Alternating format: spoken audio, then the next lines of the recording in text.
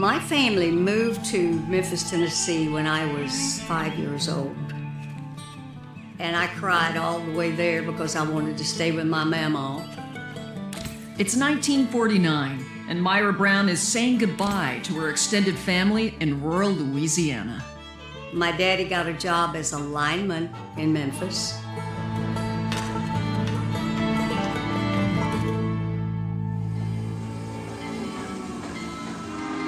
Memphis, they say, is this sort of gateway into the Deep South. It really became this meeting point between white and black music, between country and early sort of rockabilly, hillbilly music, and African-American music, gospel and R&B. And the focal point for Memphis music at that time is Sam Phillips and Sun Records. Myra's dad, J.W., is a bass player, and he's quick to discover that Memphis is an epicenter for a new kind of music, rock and roll.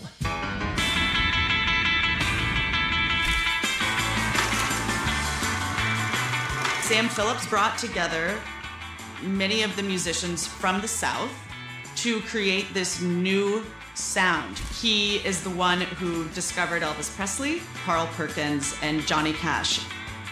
Sun Records, it's the birthplace of rock and roll.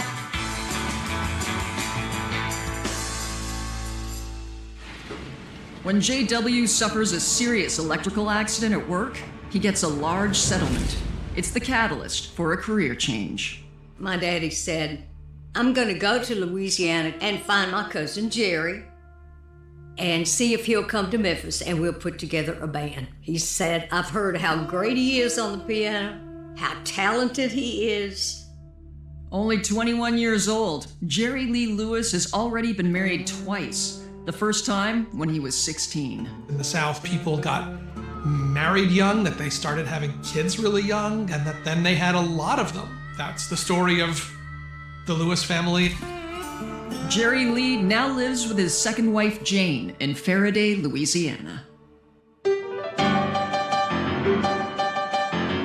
Daddy found Jerry working at a little dive called the Wagon Wheel. Daddy went over and introduced himself and said, I would like for you to stay at my house as my guest. I'll take you to Sun Record, introduce you to Sam Phillips, and let's see about getting a contract. The phone rings, and I'm this 12-year-old kid. The man says, can I speak to J.W.? I need to get directions to your house. Jerry came in, and he was wearing a red plaid shirt. He had a haircut that was way too short because his ears stuck out. And he just looked like nothing special. But then he started playing the piano and immediately got my attention. It was like we were all mesmerized because he was just so good on the piano. My opinion changed drastically of him. His haircut didn't matter anymore. I was 3 years old when he moved in our house. They practiced in the living room for a while, and his hands were so fast, it was just like they were in double motion. It was like he had four hands. It was just hard to believe that he could play it like that. And the man was a great musician. Then Daddy took Jerry to Sun Records and had him audition. And that's how it all began. His first record was End of the Road and Crazy Arms. One day in the studio, my daddy said to him, Jerry, play that Shakin' song. Because when they were traveling and doing shows, Jerry would do that song and the audience would just react like crazy. And that was a whole lot of shaking. And the first time Sam heard it, it was like, this is it, you know. Myra has just turned 13 when her dad and Jerry fly to New York with their band to make their debut on live national television. Mom and I were at home watching television, and you knew something great was coming out of this.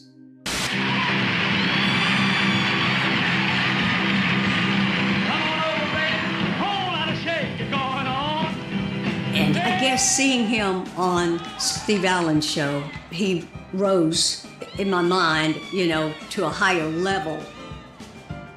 It is safe to say that the overwhelming majority of the network TV viewing audience would never have seen anything like Jerry Lee Lewis before in their lives. Oh, shake, baby. You can shake one time for me. And for a young girl growing up in the South, just the notion that you would know somebody who would be on television was almost beyond imagination. I was 13 years old. He became a little god in my mind and in a lot of people's mind at that time. And when a whole lot of shaking hit, they went up to $10,000 a show. Now this is in the 50s, that's a lot of money. Clearly, Steve Allen got a kick out of him very soon after he booked him to come back on. Mr. Commotion himself, Jerry Lee Lewis. So to get a second bite at that apple, national television, that was a big deal. Heaven isn't gracious, great balls of fire. As Jerry's fame skyrockets, his marriage falls apart. He knew what time school let out, and he would go up there. He'd say, "Hey, you want to go get some ice cream?" And he always knew I wanted to go get ice cream. Jerry and we would go to a movie after dinner or something like that. I thought he was being nice to a kid. I thought it was that kind of thing. Like pat the kid on top of the head or something. I was idolizing Jerry and looking up to him and thinking he's this great big star. What I didn't know was that he was falling in love with me. Myra's parents had no idea that Jerry Lee was wooing their daughter. They knew the two had fun together, they knew they were friends, but it truly didn't occur to them that this older man would try to have a relationship with their child. After supper or something, we'd drive up to the A&W or whatever it is. And Jerry would kiss me. At first, I didn't know what to think about that. I mean, it was nice, but I was confused. I was like, I'm 13 years old. So it really messes with your mind. You don't understand what's going on, but you don't want it to stop either because it was you liked it. But that's how our relationship was. Jerry never asked Myra to get married, per se.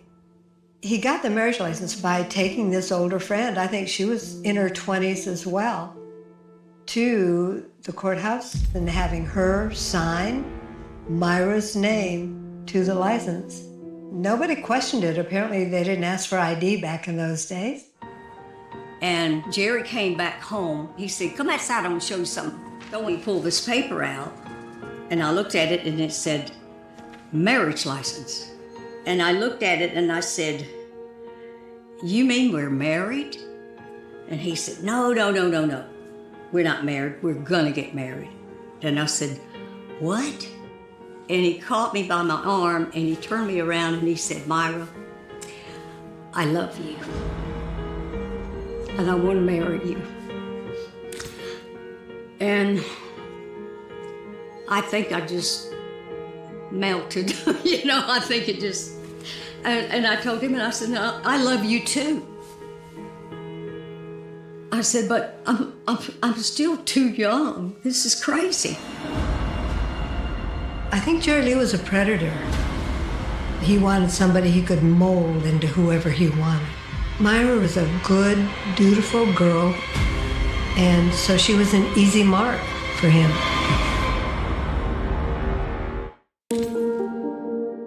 December 12th, 1957 marks a crazy new chapter in 13-year-old Myra Brown's life.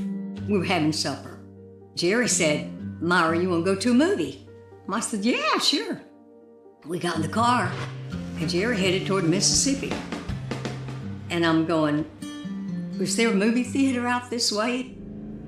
And he said, no, we're going to get married. He had found this pastor or whoever it was that was going to marry us. And I think I was in a coma. I think my eyes were like this. And I got out of the car. I had on the red dress that I wore to school that day. And we walked in this little chapel. I don't remember getting married, but I know it happened. And then these two little old ladies started throwing rice at us and all this kind of stuff. And I'm still like a deer caught in headlights. Now we've gone down there and gotten married and turned around and came right back. And we were probably gone less than an hour. The next morning I got up and I pulled my marriage license out and I left them laying out on the nightstand. And my mother's maid found them. And she handed my daddy the marriage license. And of course he took one look at it. And my daddy went and got his gun. And he said, I'm gonna go kill that son of a bitch. He got in the car and took off. And Jerry was up at Sun Records at that time. Mama called Sam Phillips and said, Jay's on the way and he's got a gun. Is Jerry still there? And Sam turned around and he looked at Jerry and he said, get in your car and get out of Memphis. So Jerry took off. Daddy drives up, barrels through the front door and says, where is that son of a bitch? And Sam sits Daddy down and tells him, we can't interfere in this life decision that's been made without you. And he said, it looks to me like they love each other. And if we charge him, he's going to prison for a long time. Daddy calms down and he goes back home and he tells Mom, we really don't have any choices because it's done. And we're going to have to hope for the best and learn to live with it. It's against the law for married women to go to school in Tennessee, so 13-year-old Myra joins Jerry out on tour. I didn't have a suitcase. The only thing I had was this round doll case that I had gotten at a Christmas or two before. And it was like a hat box, shaped like a hat box. And that's what I put my stuff in. The next time JW sees Jerry is on stage at a gig in New York. Jerry goes over to Daddy and he says, I love Myra, I'll take care of her. Music starts playing and it's accepted, it's forgotten. We went out and bought a little house. Actually, we bought the first house that had a for sale sign on it because we needed a house right away. I learned how to cook and learned how to vacuum. I had to become the adult. Jerry did two things. He played music and he loved me. He came home, he brought all the money to me, dumped it in my lap. I mean, it was a cash business. And Myra was in charge of taking the bags full of cash from his live performances to the bank. You really are talking about shopping bags with dollar bills in them. The notion that she was a central piece of keeping the Jerry Lee Lewis business going as a young teenager, as a girl, is pretty wild.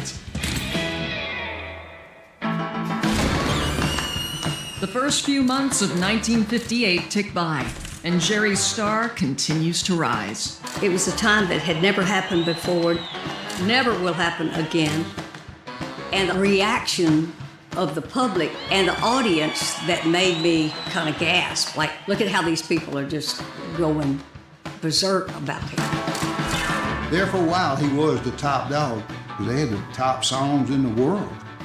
Out of all of these figures, these kings of rock and roll, Elvis was a brilliant performer. He was cute. He had this sort of angel face. But Jerry Lee Lewis could play the piano better than anyone that was a part of this whole Sun Records crew.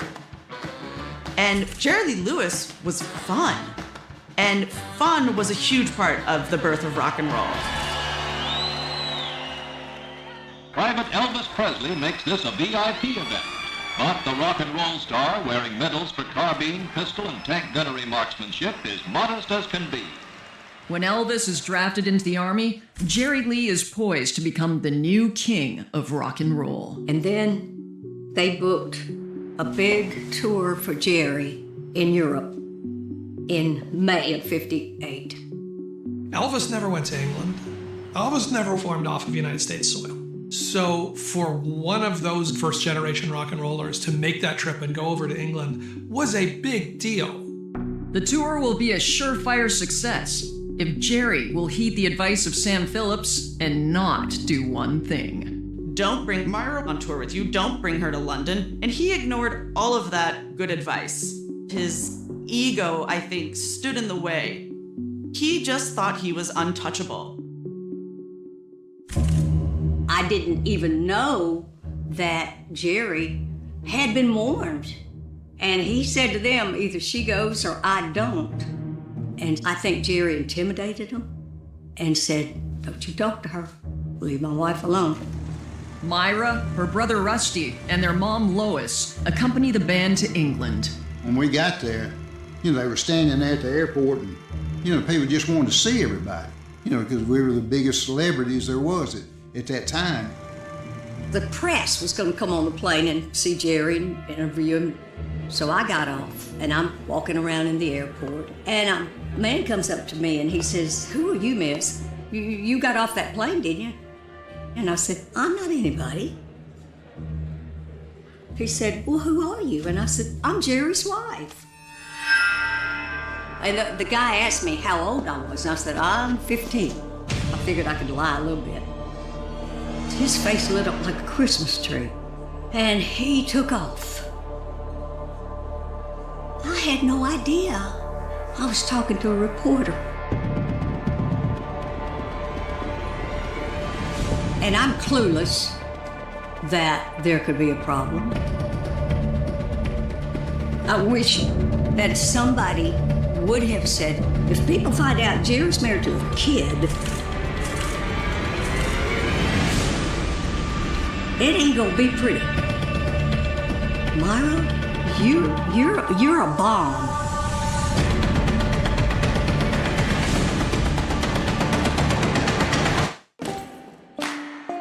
It's May 1958, and the news of 13-year-old Myra Lewis's marriage to Jerry Lee is about to erupt in the British press. Initially, Jerry's British fans give him a warm reception. They were at the airport. They were out in the streets. They were in the lobby. People loved Jerry so much, they were hanging out of the hotel windows all around our hotel. But the tone abruptly changes the following day. The reporter followed up, figured out Myra was 13, figured out she was his cousin, and that Jerry Lee Lewis wasn't actually even divorced from his second wife. Yeah, this was a bombshell. The next morning, the news media said, Jerry Lee Lewis is here with his child bride, Myra. He's a pedophile, he's a bigamist, he's a liar and a fraud. There's a call to boycott the shows, and very quickly, Jerry Lee finds himself playing to half-empty theaters where people are heckling and booing him. And they went after Jerry Lee, they went after Myra. She was in the car with her mother and her little brother. The paparazzi surrounded the car and they were shaking it so violently, they thought the car was going to be turned over. And Scotland Yard came to the hotel and told us, we can't guarantee your safety. They end up coming back to America, where they hoped it would blow over, but nothing blew over. Why did you leave? Well, I don't answer those questions, sir. My manager might knock my head off or something. That one event turned our life upside down and changed the direction of everything. Nobody wanted to be a part of this. Were you there, Mrs. Lewis? I was there, but I wasn't at the show. Oh, you weren't at the show. Oh, did you notice anything like that sort of reception? No, it was a very good reception, I thought.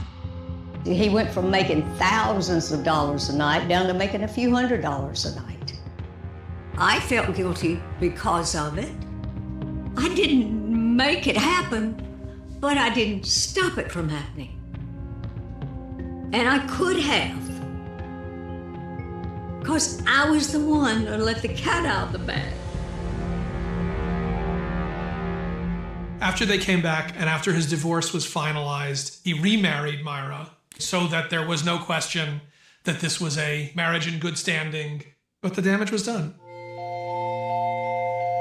It destroyed a man's career, but it didn't destroy our marriage. If anything, it made it stronger because we were attacked. We don't care what the world says or does. We should love each other. Soon, Myra is overjoyed to learn that she's pregnant. I always loved children. What I had wanted all my life was a house, a home, and a baby.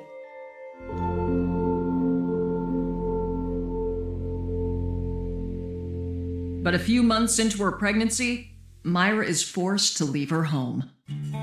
Jerry wasn't having the income that he had, and he was the sole supporter of his mother, father, and 2 sisters. So my house got shut down, not theirs. And I had to go live with them in Faraday, Louisiana. It was not comfortable because they resented the fact that Jerry married me. It was not a fun situation to live in the house with those people. One day, Jerry walked into the room and he reached down and he picked up my typewriter and he held it above his head like he was gonna slam it down on me. And I looked up at him and it's like, what happened? And he threw it on the floor. And he said, one of his sisters, Linda Gale, told me that she was with you the other day and y'all were driving down the road and you were smoking a cigarette and flirting with a sailor. Neither one was true. The only reason she would tell him that was to make him mad at me.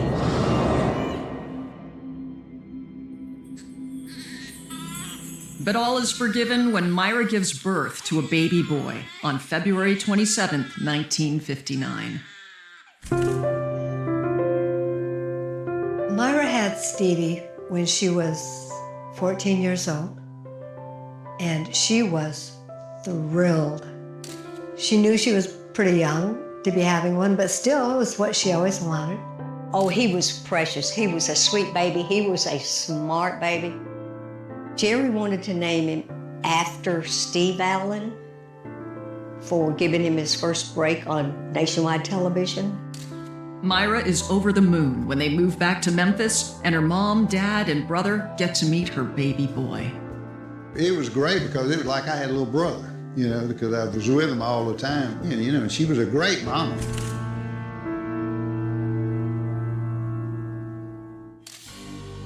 In 1960, the Lewises learn that Elvis has returned to Memphis from his stint in the Army. And just like Jerry, Elvis has fallen in love with a teenage girl. Elvis Presley was in love with Priscilla when he was 24 and she was 14. Luckily for him, he had Jerry Lee Lewis's example. Clearly, Elvis's team learned from the disaster of Jerry Lee and Myra and entered into the relationship with Priscilla in a very different way. Waited much longer on the marriage. Priscilla Presley was beautiful and glamorous and did her hair and her makeup and was in the public eye. Jerry Lee didn't want Myra to be anything like Priscilla Presley. Myra was only to belong to him. He didn't want other men to be attracted to Myra in any way. Jerry Lee wanted Myra to be invisible. I couldn't wear shorts. We had a swimming pool, and he didn't want me going swimming when there was other men out there. It was so uncalled for.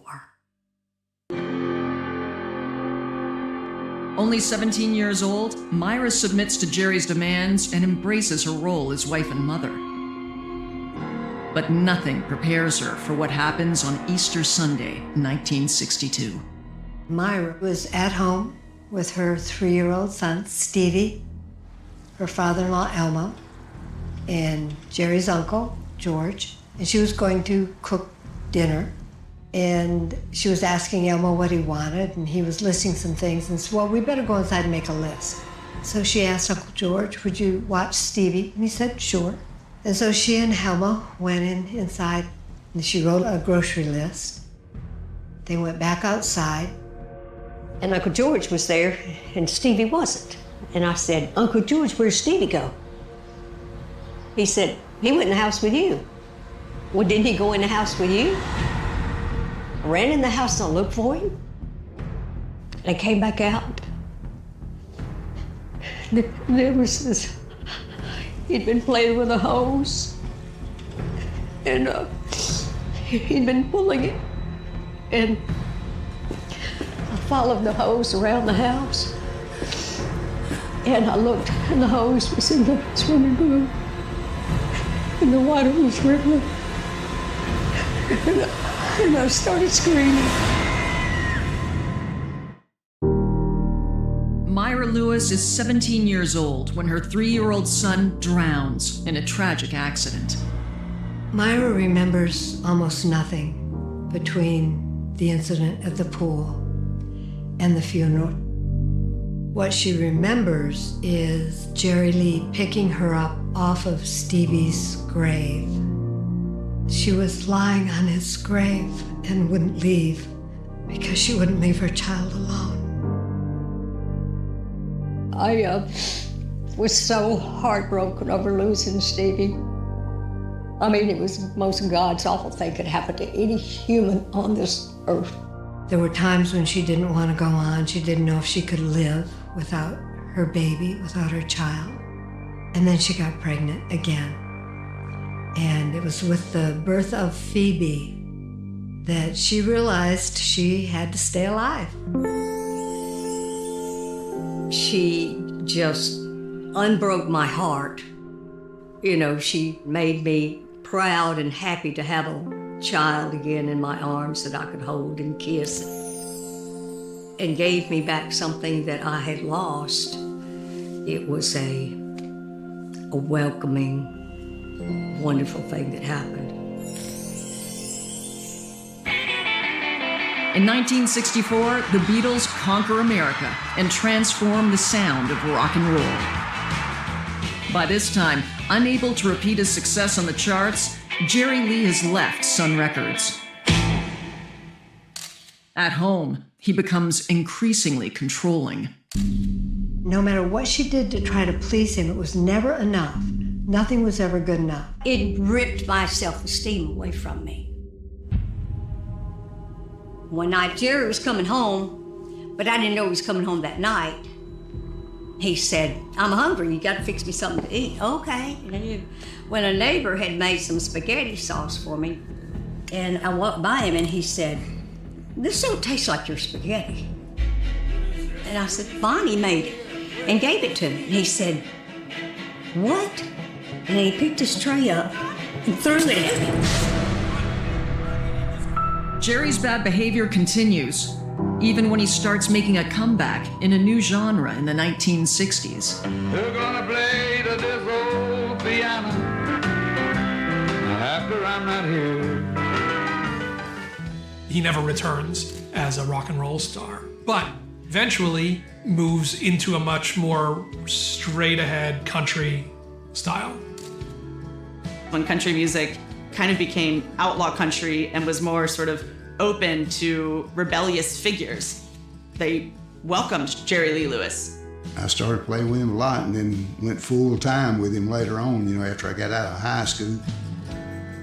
When Another Place, Another Time shoots up the country charts in 1968, Jerry's career is on the ascent. Jerry went from a little bit of success to more success to really being one of the most successful recording artists in the country music community by sort of the end of the 60s. Jerry's second chance at fame is not enough to right his failing marriage. When the good times came back for Jerry's career, things went to hell quickly. Jerry would turn into Jekyll and Hyde. Mid-afternoon, when Jerry was gone and going to play a show that night, I'd talk to him. And he'd say things like, "Hey, babe, what you doing?" Da-da-da-da-da. We'd just chit-chat, normal. After the show, I could get a phone call from him. "Who the hell do you think you are telling me that I shouldn't drink liquor or something like this?" The next morning, Jerry would wake up and call me and say, "Hey, babe, what you doing?" Jekyll and Hyde. Jerry Lee, while he was on the road, began taking drugs, and Myra noticed a drastic difference in him. He would just be totally out of control, accusing her of cheating on him while he was out of town, which was totally not Myra. He had no evidence whatsoever. He was just high on drugs. I would imagine Myra feeling completely overwhelmed and confused. These were prescription pills, they were sort of like performance enhancers. They were marketed from doctors. There wasn't the knowledge that we have today. He became a raw nerve, yelling, screaming. I mean, Jerry Lee Lewis had a terrible temper and a lot of conflict, but you take all of that and then you combine it with amphetamines and booze and sleeplessness, it's like pouring lighter fuel on a fire. Yeah, he slapped me. Yeah, he did. That's what he would do to people. He'd slap them in the face. But when he slapped me, I would end up on the floor because the force was too hard. Then, 12 years into her marriage, Myra gets a phone call that will ultimately destroy the relationship. Jerry Lee has been living a double life. I just fell apart. I couldn't take another day of it.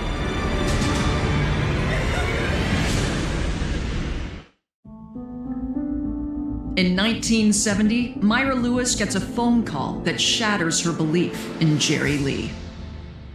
The anonymous phone call was that Jerry had been seeing other women and just picking up women on the road, and it was something that had been ongoing for many years.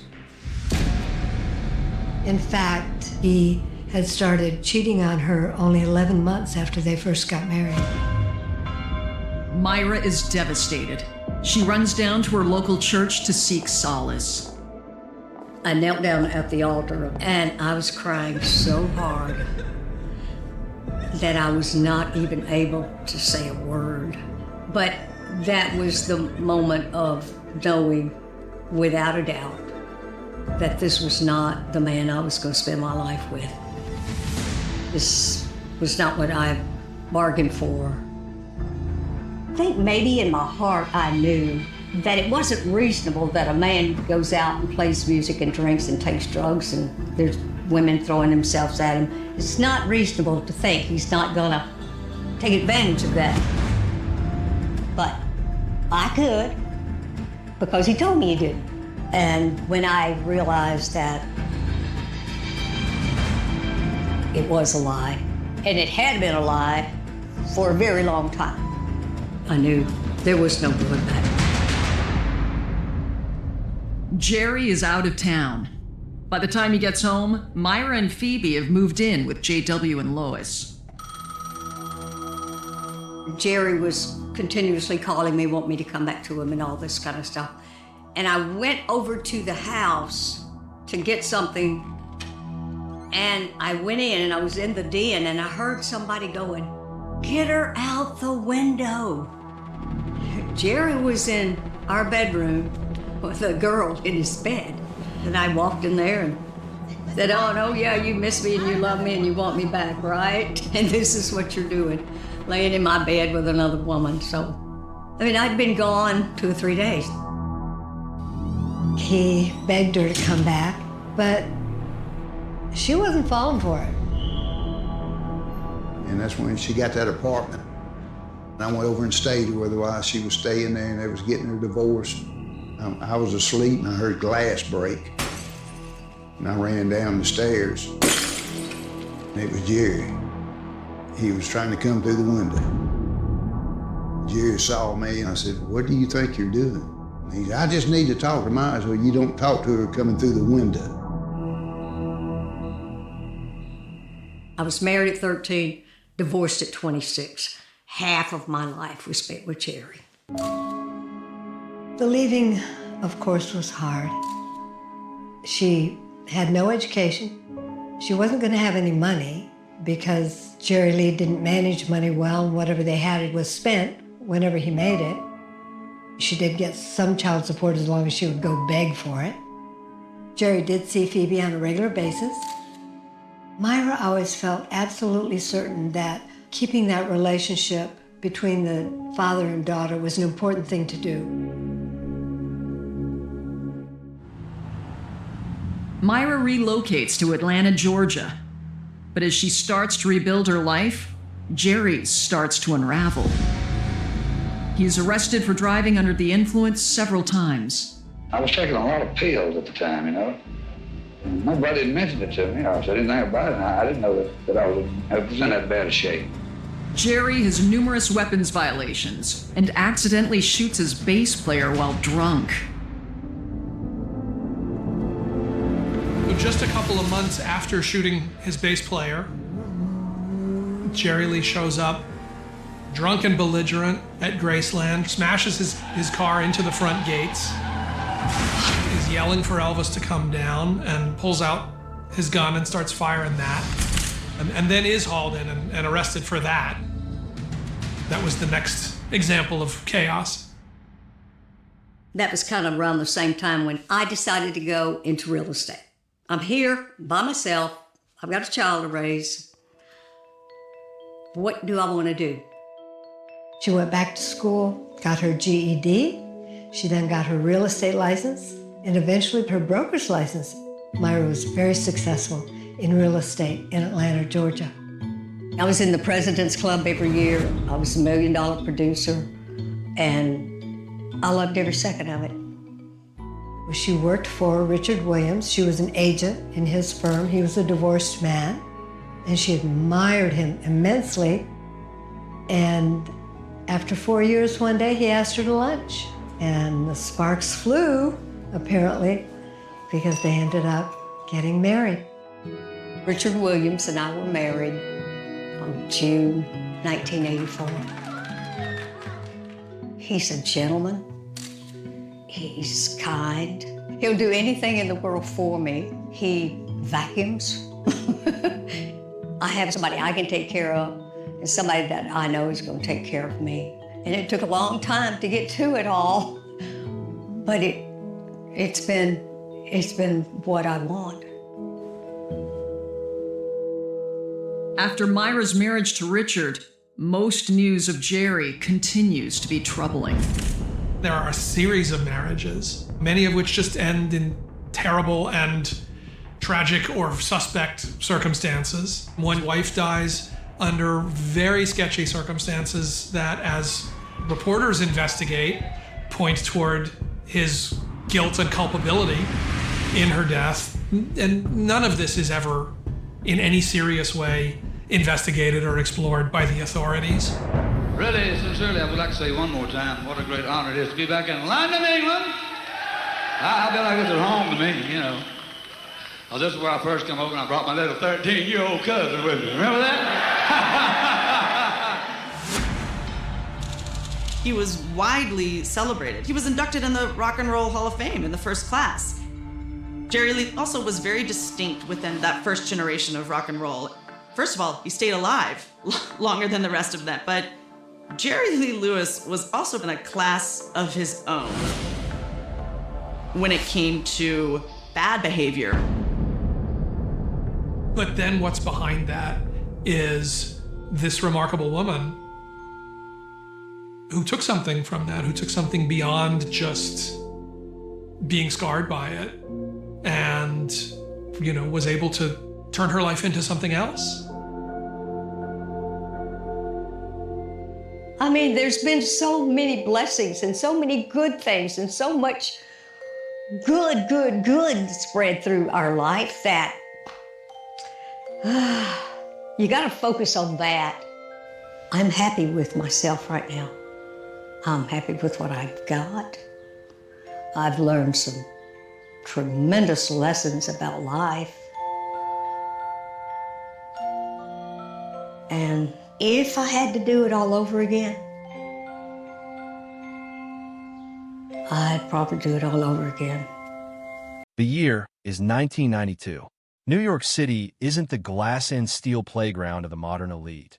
It is a bruised, battered beast, a concrete labyrinth breathing steam and exhaling neon. It is a city of sharp edges and muffled screams, where the crackle of police scanners forms the background radiation of every borough. In Queens, the air in November feels like wet wool, heavy, suffocating, and biting. The streetlights flicker with a sickly yellow pulse, casting long, distorted shadows against the red brick tenements of the 108th Street corridor. This is the stage. This is where the story begins. Not with a bang, but with the terrifying, absolute silence that follows a life being extinguished. Midnight. The city's heartbeat is a low thrum of distant subway trains and the hiss of tires on rain-slicked asphalt. 17-year-old Sarah Jenkins is walking home. She is the image of a future that New York promised its children. Bright, ambitious, a straight-A student at Roosevelt High with a full scholarship to NYU tucked in her backpack like a golden ticket out of the struggle. She's wearing a thick, blue wool scarf, a gift from her mother, wrapped tight against the rising wind. She's just 3 blocks from her front door. She can see the warm glow of the bodega on the corner. She can almost smell the dinner her mother left on the stove. But in 1992 version of New York, 3 blocks is an ocean. And in the shadows of a narrow alleyway behind a row of shuttered storefronts, the ocean is waiting to swallow her whole. There are no witnesses. No one sees the figure step out from the darkness between the dumpsters. No one hears the initial struggle. In the forensic reconstruction years later, they would speak of the sheer efficiency of the violence. It was a strike delivered with the terrifying precision of someone who didn't just want to hurt, but to dominate. A hand over the mouth. A sharp, brutal pull into the darkness. A single, short-lived scuffle that sent a trash can lid clattering across the pavement.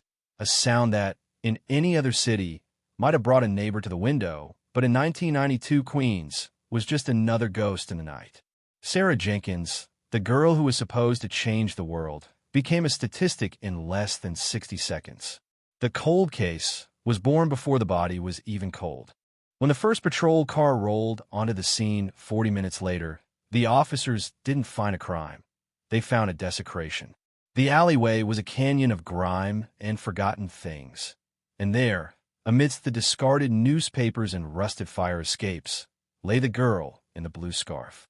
The flashing red and blue lights of the RMP reflected off the puddles, painting the brick walls in a rhythmic, bloody strobe. Detective Marcus Thorne, young then, with a sharp suit and a sharper intuition, was the first on the scene. He remembers the smell, a mix of expensive perfume, cheap alleyway dampness, and the metallic tang of blood. He looked at the girl and didn't see a victim. He saw a mirror of the city's soul, broken, discarded, and utterly alone in the dark. The 108th precinct became a hive of frantic, desperate activity. The blue scarf murder dominated the headlines within hours. Cold-blooded killer on the loose, the tabloids screamed. Queens teen murdered in shadows. The community didn't just mourn, they shattered. This wasn't a gang shooting. This wasn't a drug deal gone wrong. This was an attack on the very idea of safety. Parents walked their children to school with white-knuckle grips. The playgrounds went silent. The respected neighborhoods felt the cold breath of the predator on their necks. But as the days turned into weeks, the investigation hit a wall of silence. The forensics of 1992 were a primitive art form compared to the digital wizardry of today. DNA was a whispered promise in scientific journals, not a tool for a detective in a damp trench coat. Thorne and his team processed the scene with meticulous care, but what did they have? A handful of fibers, a smudge of a footprint in the mud that the rain had already begun to erase. And the scarf, that blue wool scarf, now a heavy, sodden piece of evidence tucked into a plastic bag. They interviewed the drifters. They shook down the local lowlifes. They looked into the boyfriends and the classmates. Nothing. The killer had vanished like smoke in a gale. He had left no signature, no ego, no trail. He had simply stepped back into the crowd of 7 million people and disappeared. The pressure on the department was immense. The mayor demanded an arrest. The police commissioner held press conferences promising justice.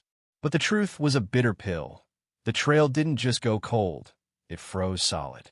Every lead turned into a dead end. Every manhoy ky law, strange clue, led to a locked door or a person with an airtight alibi. The sketch artist produced faces that looked like everyone and no one. A man in a dark coat, a shadow with no features. The case began to slide down the priority list, pushed aside by the daily carnage of a city at war with itself.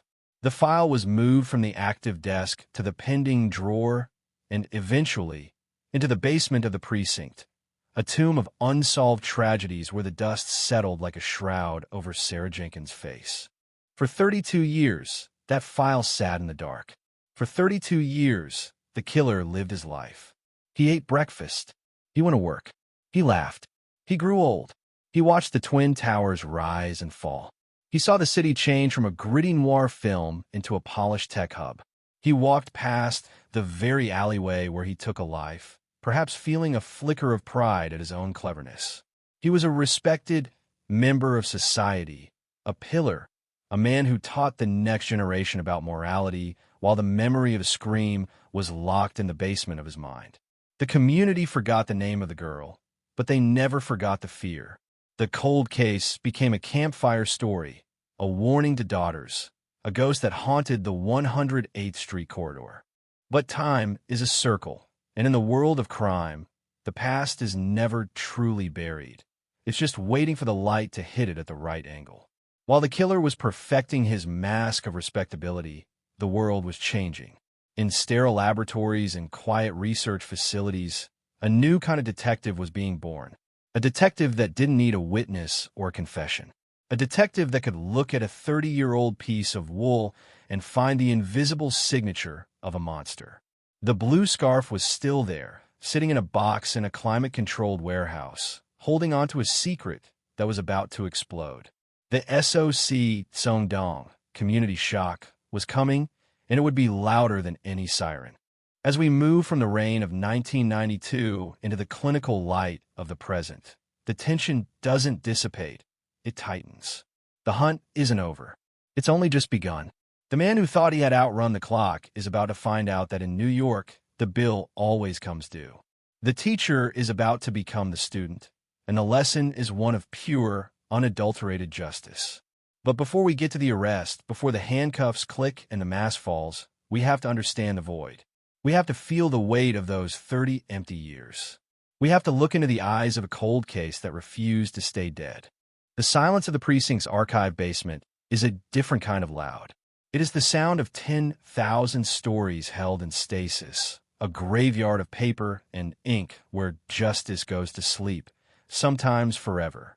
It is now 2024. The world outside has been rebuilt in glass and silicon, but down here, in the sublevel of a Long Island City warehouse, the air still smells like 1992, a mix of ozone, floor wax, and the damp, metallic scent of unresolved grief. Box 92 to 441 sits on a steel shelf, nestled between a forgotten arson and a triple homicide that went nowhere. It is a cardboard coffin. Inside, the artifacts of Sarah Jenkins' final moments are preserved in plastic, waiting for a world that finally has the eyes to see what the detectives of the 90s could only guess at. Detective Marcus Thorne, now a gray-haired veteran with eyes that have seen too much of the city's underbelly, stands before the box. He isn't supposed to be here. He's 2 years from retirement, a man meant to be filling out pension forms, but the girl in the blue scarf has been calling to him from the dark for 3 decades. He pulls the box from the shelf. The sound of the cardboard sliding against the steel is a rasping breath. The seal is broken. The past is exhaling.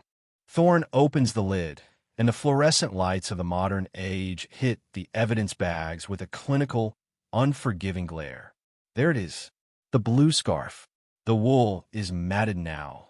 The vibrant azure faded into a dull, haunting gray-blue. In 1992, they looked for blood. They looked for semen. They looked for the obvious signs of struggle. But the killer was careful. He was precise. He left no stains, no splashes, no clear signatures of his presence. But he lived in a world of biology, and biology is a leaky faucet. Every time we breathe, every time we touch, every time we exist in a space, we leave a map of our identity written in the language of 4 letters. C, T, G. In 1992, that map was unreadable. In 2024, it is a GPS coordinate.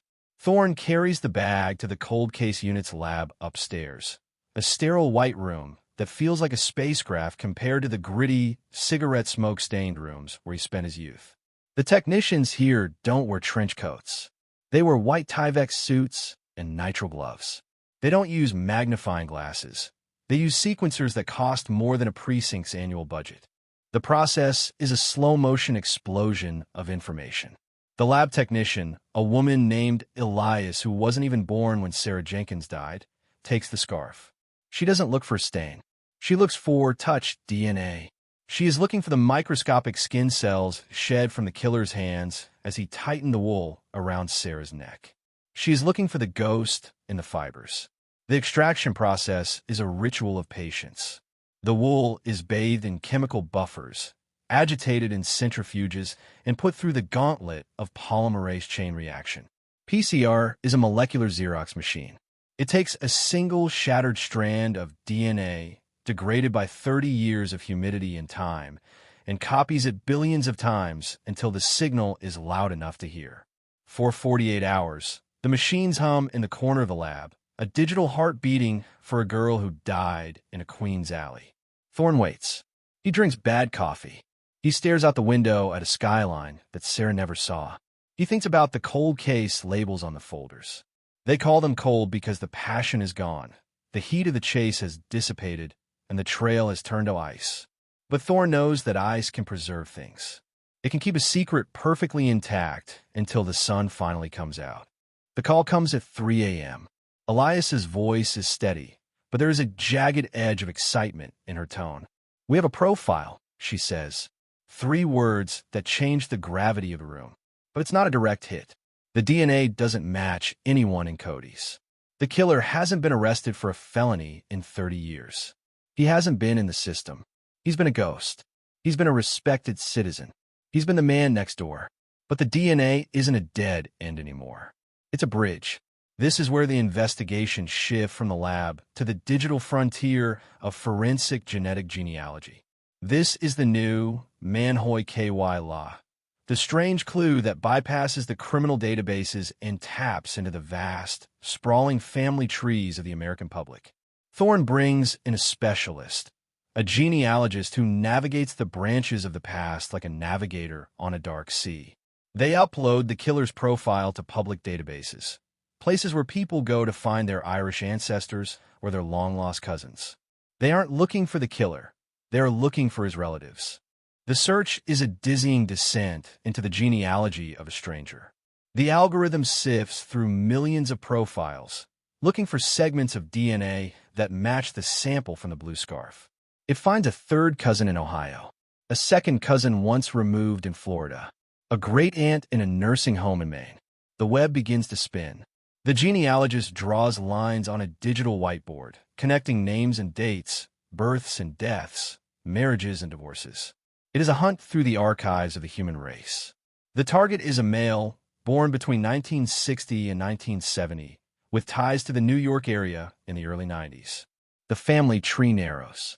The branches are pruned. The names drop away until only one remains. Miller. The family name is Miller. It's a common name, a shield of anonymity in a city of millions. But the search doesn't stop at the name. It looks for the location. It looks for the history. 1992, Queens. A young man, 25 years old, living just 6 blocks from the alley where Sarah Jenkins was found. A man who was never a suspect. A man who had no criminal record. A man who was, by all accounts, a model citizen. Thorne looks at the name on the screen, Robert Miller. He feels a cold shiver that has nothing to do with the air conditioning. He remembers the name, not from the case file, but from the periphery of his memory. He grabs a dusty box of old newspapers from the 108th Street Library archives. He flips through the yellowed pages of the Queens Daily News, November 1992. He stops on a page covering the candlelight vigil for Sarah. There is a photo of the crowd, a sea of grieving faces illuminated by the flicker of wax and flame. And there, in the third row, standing just behind Sarah's devastated father, is a young man with wire-rimmed glasses and a look of profound, practiced sorrow. Robert Miller. He wasn't just there. He was a participant in the grief. He was a respected teacher at the very high school Sarah attended. He was a mentor. He was a leader.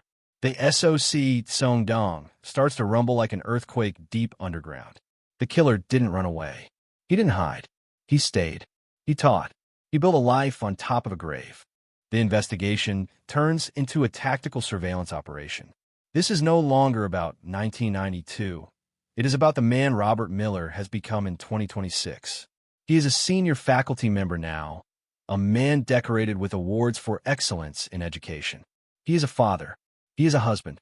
He is the man who organizes the neighborhood watch. The irony is a serrated blade. Thorne watches him through long-range lenses from a nondescript van parked across from Miller's suburban home. Miller is watering his lawn. He is wearing a cardigan. He looks like the embodiment of peace. He looks like a man who has never had a dark thought in his life. But Thorne knows what lies beneath the cardigan. He knows what those hands did in the rain. The DNA from the scarf is a match to the Miller family. But to secure a conviction, they need a direct sample from the man himself. They need a discarded sample. They need Robert Miller to throw something away. They need him to leave a piece of himself behind, just like he did in 1992. For 6 days, the team follows him. They watch him go to the grocery store. They watch him go to the library. He is a man of rigid, predictable habits. The habits of a man who has spent 30 years maintaining a lie so perfect that he has started to believe it himself. He is careful. He doesn't litter. He doesn't spit. He is the respected teacher, even when no one is looking. But everyone slips. On the 7th day, Miller stops at a local coffee shop on his way to the high school. He orders a black coffee. He sits in a corner booth, reads the paper, and leaves the cardboard cup on the table when he walks out. Thorne is moving before the door even closes. He enters the shop, his heart hammering against his ribs like a trapped bird. He approaches the table. The cup is there. The plastic lid is stained with a faint trace of saliva. It is a mundane object, a piece of trash, but to Thorne, it is the Holy Grail. He bags the cup with the precision of a diamond thief. The ride back to the lab is the longest 40 minutes of Thorne's life. The city of 2026 flashes by self-driving cars, flashing digital billboards, a world Sarah Jenkins never got to inhabit. He holds the bag in his lap. Inside is the key to a 32-year-old mystery. If the DNA on this cup matches the DNA on the blue scarf, the cold case is over. The respected teacher is a murderer. The community will be shattered. The mask will fall. Thorne walks into the lab and hands the cup to Elias. There are no words needed. The machines begin to hum again. The digital heart starts beating. The extraction, the amplification, the comparison. The wait is a vacuum that sucks the air out of the room. Thorne stands by the window, watching the sun set over the Queensboro Bridge. He thinks about Sarah's mother, who still lives in the same apartment, waiting for a phone call that she has stopped believing will ever come. He thinks about the Teacher of the Year plaques on Miller's wall. He thinks about the sheer, terrifying audacity of a man who can kill and then go on to teach children about history and ethics. The computer screen flickers. A bar graph appears. It is a 100% match. The DNA from a 1992 blue scarf and the DNA from the 2026 coffee cup are identical. They are the same person. Robert Miller is the killer. The cold case folder is no longer cold. It is white hot, burning with the intensity of a truth that has been suppressed for a lifetime. Thorne doesn't celebrate. He doesn't cheer. He just closes his eyes and sees a 17-year-old girl in a blue scarf walking through the rain. He sees her face. He sees her future. And then he sees the man in the cardigan. The arrest warrant is signed within the hour. The tactical teams are briefed in the dark. The arrest shocks community headline is already being written in the minds of the reporters. The ghost of 1992 is finally coming home, and he is bringing a storm with him. The teacher's final lesson is about to begin, and it is a lesson in the absolute, terrifying permanence of the past. Via 12 a.m. The suburbs of Westchester are a tomb of curated peace. Here, the air doesn't smell like Queen's grime. It smells of freshly mowed grass and the expensive silence of people who have nothing to fear. The houses are grand, sprawling monuments to the American dream, set back from the road behind manicured hedges and winding driveways. In one of these houses, Robert Miller, the man they call the professor, the man who has spent 34 years teaching the children of the elite, is asleep. He is tucked under a high-thread count duvet, his breathing steady, his conscience seemingly as clear as the filtered water in his kitchen. He has won. He has outrun the shadows. He has built a fortress of respectability so thick that even he has forgotten the weight of the blue wool scarf. But the fortress is about to be breached. The silence is about to be shattered. The clock that started ticking in a dark alley in 1992 has finally reached zero. 3 blocks away, the tactical team assembles in the pre-dawn gloom. There are no sirens, no flashing lights, just the low, rhythmic hum of idling engines and the metallic click of tactical gear being checked one last time. Detective Marcus Thorne stands in the center of the huddle, his face a mask of cold stone.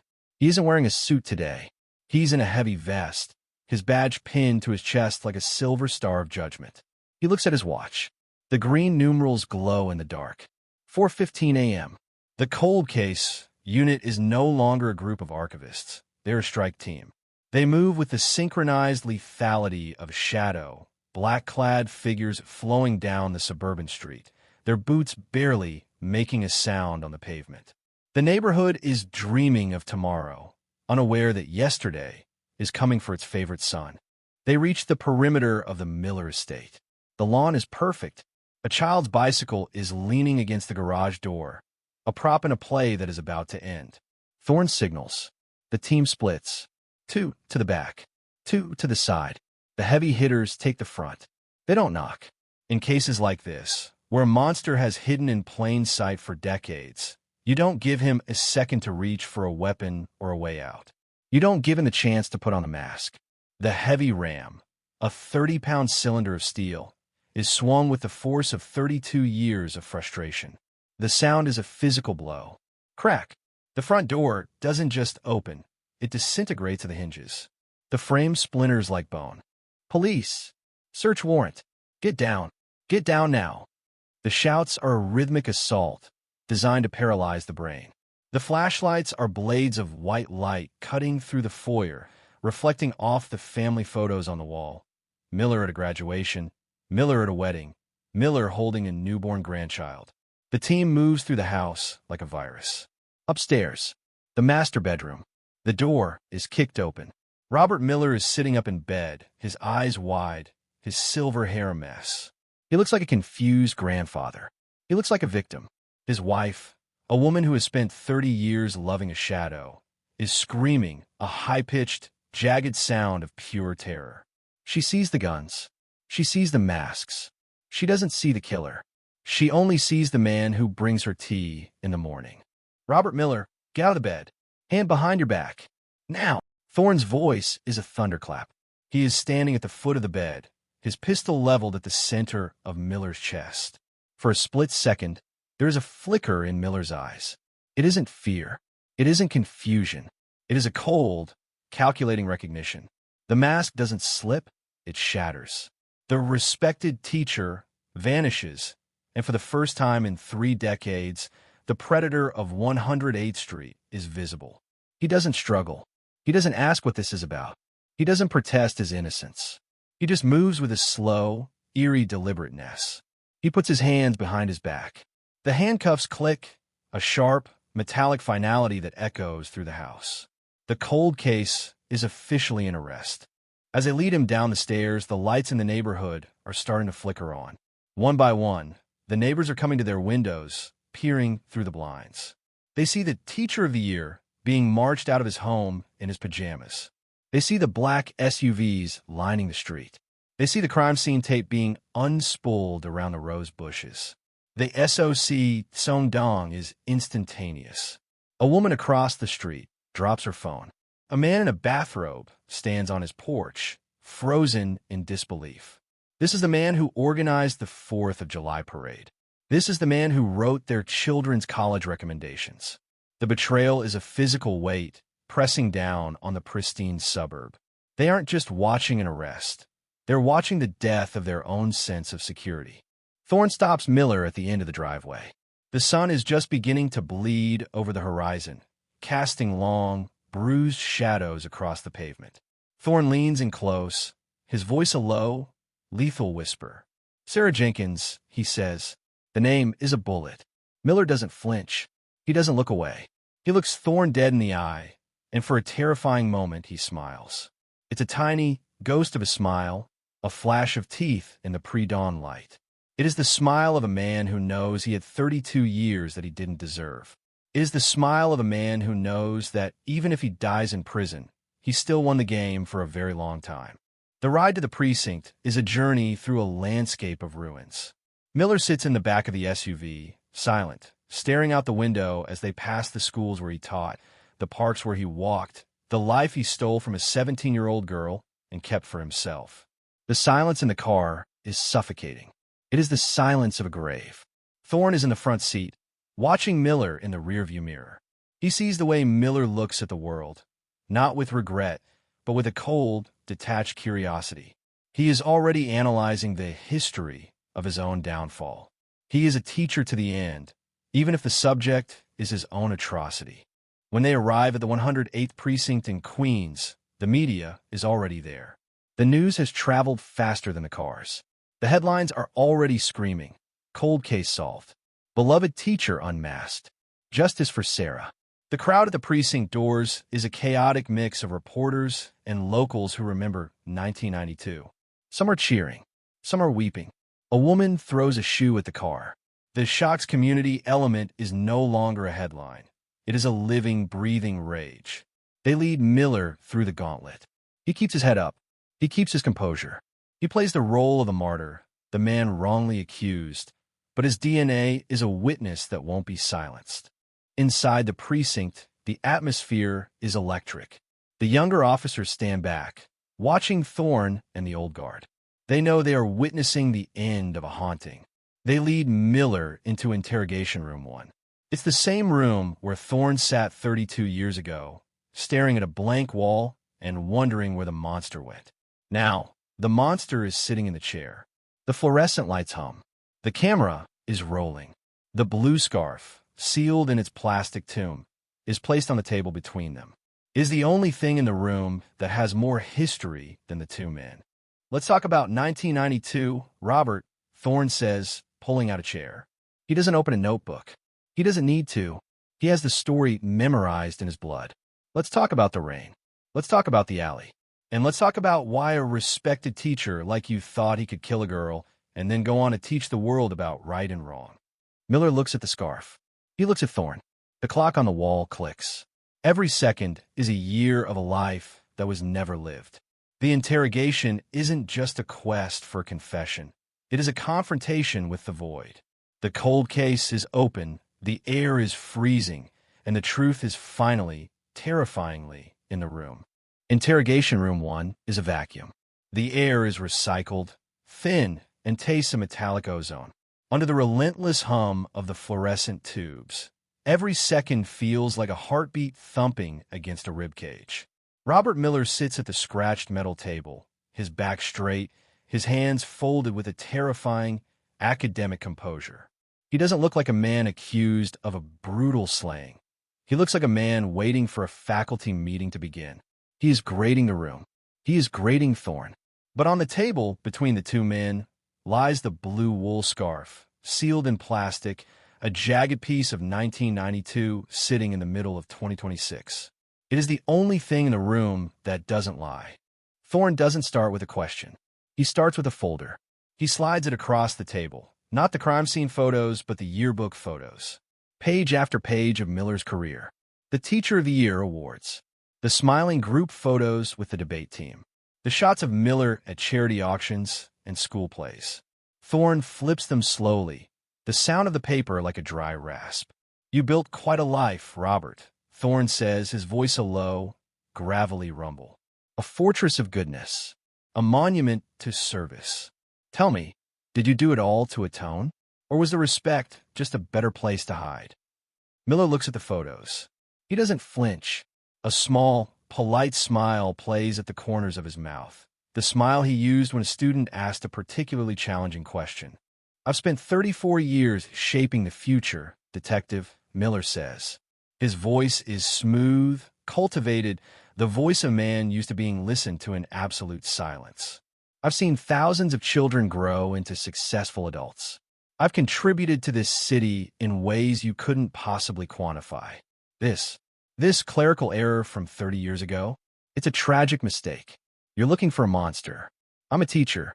He leans forward, his wire-rimmed glasses catching the glare of the lights. You're chasing a ghost from a New York that doesn't exist anymore. I think you're tired, Marcus. I think you need this to be me so you can finally go home. The arrogance in the room is thick enough to choke on. It's the arrogance of a man who has played a role for so long he's forgotten where the mask ends and the skin begins. But Thorne has the one thing Miller's intellect can't defeat, the math of biology. He pulls out the lab report, the 100% match. He lays it on top of the Teacher of the Year plaque. This isn't a ghost, Robert. This is a sequence of base pairs. This is your skin on her neck. This is your saliva on a coffee cup. You can lecture me on history all you want, but you can't argue with your own cells. They've been waiting to testify against you since the night it rained in Queens. The silence that follows is a physical weight. For the first time, Miller's eyes shift. The teacher persona flickers like a dying bulb. The folders, the awards, the respect, they are all being stripped away by a single sheet of paper. Thorne leans in, his face inches from Miller's. He can smell the mint on Miller's breath, a scent of clinical cleanliness covering a rot. The alley was dark, wasn't it? You thought the rain would wash it all away. You thought the 90s were too primitive to catch you. And for 32 years, you were right. You walked through the halls of that school, looking at girls like Sarah, and you felt like a god because you knew something they didn't. You knew how easy it was to turn a life into a cold case. Miller's hands, once perfectly still, begin to twitch. Just a micro movement of the index finger. The first crack in the dam. He looks at the scarf. The blue wool seems to vibrate under the lights. She was an accident of history, Miller whispers. The voice is different now. The academic polish is gone. It's a dry, hollow sound, a collision of variables. You don't understand the pressure of being perfect every day. You don't understand what it's like to have a darkness inside you that you have to bury under 1,000 good deeds. He looks up, and for a second, the predator is back. The eyes aren't those of a teacher. They're the eyes of the man who waited in the shadows behind the dumpsters. I gave this city 30 years of excellence. Doesn't that count for anything? Does one night in 1992 outweigh a lifetime of service? Thorne feels a surge of cold fury, but he keeps his voice steady. The trap is closing. Ask Sarah's mother if your service counts, Robert. Ask the scholarship fund that sits empty. You didn't give the city excellence. You gave it a lie. You used those kids to hide your shame. You taught them about ethics while you were a walking atrocity. Thorne slides a final photo across. Sarah Jenkins, 17, smiling at her graduation rehearsal, 3 days before she died. She's the only teacher in this room today, Robert, and she's finally finished with your lesson. Miller stares at the photo. His breathing is shallow now. The walls of the interrogation room seem to be moving inward, narrowing the world down to this table, this detective, and this dead girl. The community outside is waking up to the news. The Shocks community headlines spreading like a wildfire. But in here, the fire is already burning. The respected teacher is gone. The cold case killer is all that's left. He reaches out a hand, almost touching the plastic bag holding the scarf. His fingers tremble. The mask is on the floor, shattered into a million pieces, and the man underneath is small, old, and terrifyingly guilty. I remember the smell of the wool, Miller whispers, his voice barely audible over the hum of the lights. It was so cold. I just wanted to feel something real. Thor doesn't move. He doesn't breathe. This is the moment. The confession is coming. A 32-year-old secret finally breaking the surface of the water. The cold case isn't just solved, it's screaming. But as Miller opens his mouth to speak again, the door to the interrogation room bursts open. A lawyer, high-priced and frantic, stands in the doorway. But it's too late. The look on Miller's face has already told the story.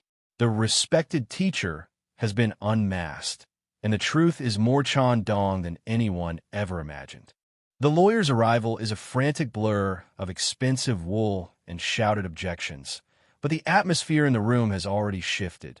The air is leaden with the weight of things already said. Robert Miller doesn't look at his counsel. He doesn't look at the door.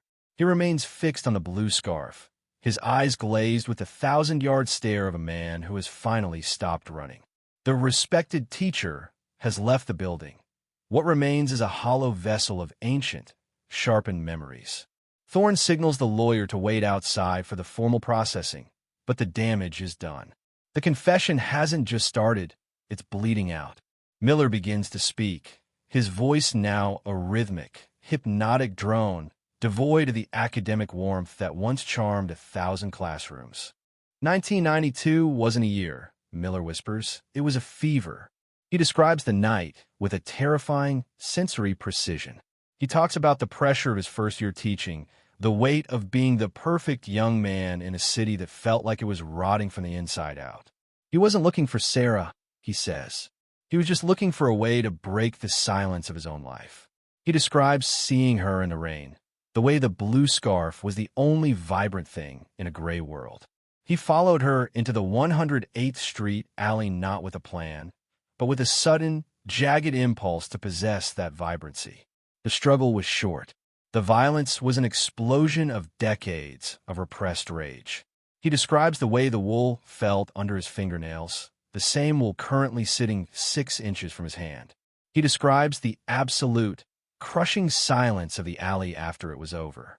The shockwave hits Roosevelt High like a physical blast. As Miller's words fill the digital recorders in the precinct, the school's hallways are a scene of psychological carnage. It is 10 a.m. The news has moved from a Manhoy KY law to a confirmed nightmare. Classes are abandoned. Students sit on the floor, some weeping, some staring blankly at the Teacher of the Year posters that still hang in the corridors. How do you reconcile the man who taught you about the French Revolution with the man who strangled a girl in the rain? The betrayal is a poison in the school's veins. Teachers who shared coffee with him for 20 years are being sick in the bathrooms. The respected facade didn't just hide a killer. It co-opted the goodness of everyone around him. Every kind word he ever spoke is now a lie. Every grade he ever gave is now a stain. Back in the interrogation room, Miller is recounting the day after. He didn't hide. He didn't flee to another country. He went to work. He sat in his classroom and taught his first-period history class. He describes the surreal sensation of looking at the empty desk where Sarah Jenkins should have been sitting. He watched the police tape go up from the window of the faculty lounge. He even joined the search parties. I wanted to see if I could feel guilt, he says, his voice chillingly flat. But I didn't. I felt invisible. I felt like the city had given me a pass because I wore a tie and spoke with a soft voice. This is the true SOC Song-dong. Not just the crime, but the ease with which a monster was absorbed back into the light. Thorne listens, his stomach churning. He has spent 30 years looking for a genius, a master criminal, a phantom. But sitting across from him is something far more common and far more terrifying, a man who simply chose to be evil and then chose to be good to cover it up. The cold case isn't a mystery of clues. It's a mystery of the human soul. Miller details the decades of maintenance, how he meticulously curated his reputation, how he became the person everyone trusted so that no one would ever look at him twice. The respectability was the armor. The classroom was the bunker. He talks about the 1993 memorial, how he stood next to Sarah's father and felt a sense of historical completion. The precinct is now surrounded by a growing crowd. The New York 1992 case has awakened a dormant rage in the borough of Queens. The families of other missing girls are there, holding signs, wondering if Miller's secret spans more than one night. The air is thick with the scent of a reckoning. Inside, the tape continues to reel. Miller is talking about the scarf again. He didn't realize he'd left it. He didn't realize he'd left a piece of his own life behind. For 32 years, he thought he was the author of his own history. He didn't know that the wool was waiting, holding his DNA like a debt collector, waiting for the technology to catch up with his sin. The respected teacher looks at Thorne, his eyes empty. The lesson is over, isn't it? Thorne doesn't answer. He stands up, picks up the plastic-sealed scarf, and walks toward the door. The confession is complete. The cold case is closed. But as he steps out into the hallway, the weight of the 30 years doesn't lift. It settles. He looks at the younger officers. Their faces pale, and he knows they will never look at their city the same way again. The monster wasn't in the shadows. He was in the front of the room, holding a piece of chalk, telling them that history is written by the winners. But today, the history of 1992 is being rewritten by a girl in a blue scarf who refused to be forgotten. The courtroom in Lower Manhattan is a cathedral of cold marble and high-tension silence. Outside, the city of 2026 is a cacophony of sirens and shouting. But inside the double oak doors, the air feels thin, ancient, and heavy with the scent of unwashed history. This is the first appearance. The respected teacher is no longer wearing his cardigan or his wire-rimmed glasses. He is wearing the shapeless, orange polyester of the Department of Corrections. He looks smaller, gray-faced, stripped of the academic authority that once acted as a shield. But his eyes, those calm, calculating eyes, still scan the room like he's grading a particularly difficult exam. In the front row, the Jenkins family sits like a line of statues carved from grief. Sarah's parents, now in their late 70s, look like they have aged a century in the 48 hours since the arrest. Her mother, Martha, grips a framed photo of Sarah, the graduation photo, as if it's a talisman that can protect her from the man sitting 10 feet away. Beside her, Sarah's younger brother, who was only 5 when she vanished into the rain, stares at Miller with a raw, vibrating hatred. They aren't just here for a trial. They are here to see the man who stole 3 decades of birthdays, holidays, and memories. The SOC Song Dong has distilled into a singular, localized point of agony in this room. The prosecutor, a woman with a voice like sharpened steel, doesn't waste time with pleasantries. She lays out the cold case details with clinical brutality. She speaks of the blue wool scarf. She speaks of the DNA match. She speaks of the 32 years Robert Miller spent living a lie. But then, she drops the first of the courtroom's many bombshells. "Your Honor," she says, her eyes fixed on Miller, "this was not a crime of impulse. This was a crime of architecture." She reveals that in the months leading up to November 1992, Miller had been keeping a journal, a meticulously coded record of his observations of students. The police found it hidden behind a false wall in his basement, buried under boxes of old textbooks. The courtroom gasps. It's a collective, guttural sound. The respected teacher wasn't just a killer. He was a voyeur. The journal didn't just contain Sarah's name. It contained the names of dozens of girls. He had tracked their schedules, their routes home, their favorite colors. He had been teaching them during the day and studying them at night. The betrayal deepens, turning from a singular act of violence into a systematic infiltration of the community's trust. The Manhoy KY law from 1992, the lack of a struggle, the precision of the attack, finally makes sense. He didn't just find her in the rain. He had been waiting for the rain. Miller's lawyer, a man who looks like he's trying to defend a hurricane, argues for bail. He speaks of Miller's unblemished record, his decades of service, his deep roots in the community. It is the same old song, the same mask of respectability. But as the lawyer speaks, Sarah's father, a man who hasn't raised his voice in 30 years, stands up. The room freezes. The judge doesn't gavel him down. There's a moment of pure, unadulterated human truth that transcends the law. "He taught my son," the father whispers, his voice cracking like dry wood. "He sat at our table during the memorial. He drank our coffee. He told us he would help us find justice. He didn't just kill my daughter. He lived inside our grief like a parasite." Miller doesn't look away. He doesn't show remorse. He watches Sarah's father with a detached, clinical curiosity, as if he's observing a biological reaction in a lab. It is this lack of humanity, this absolute, freezing coldness, that truly terrifies the room. The respected label is gone, replaced by something much more accurate: the architect of agony. The judge denies bail in a single, sharp sentence. The cold case is now a fast track to life without parole. As the bailiffs lead Miller away, he turns his head slightly, caught in the flash of 100 cameras. For a split second, the mask slips again, and the man in the orange jumpsuit looks satisfied.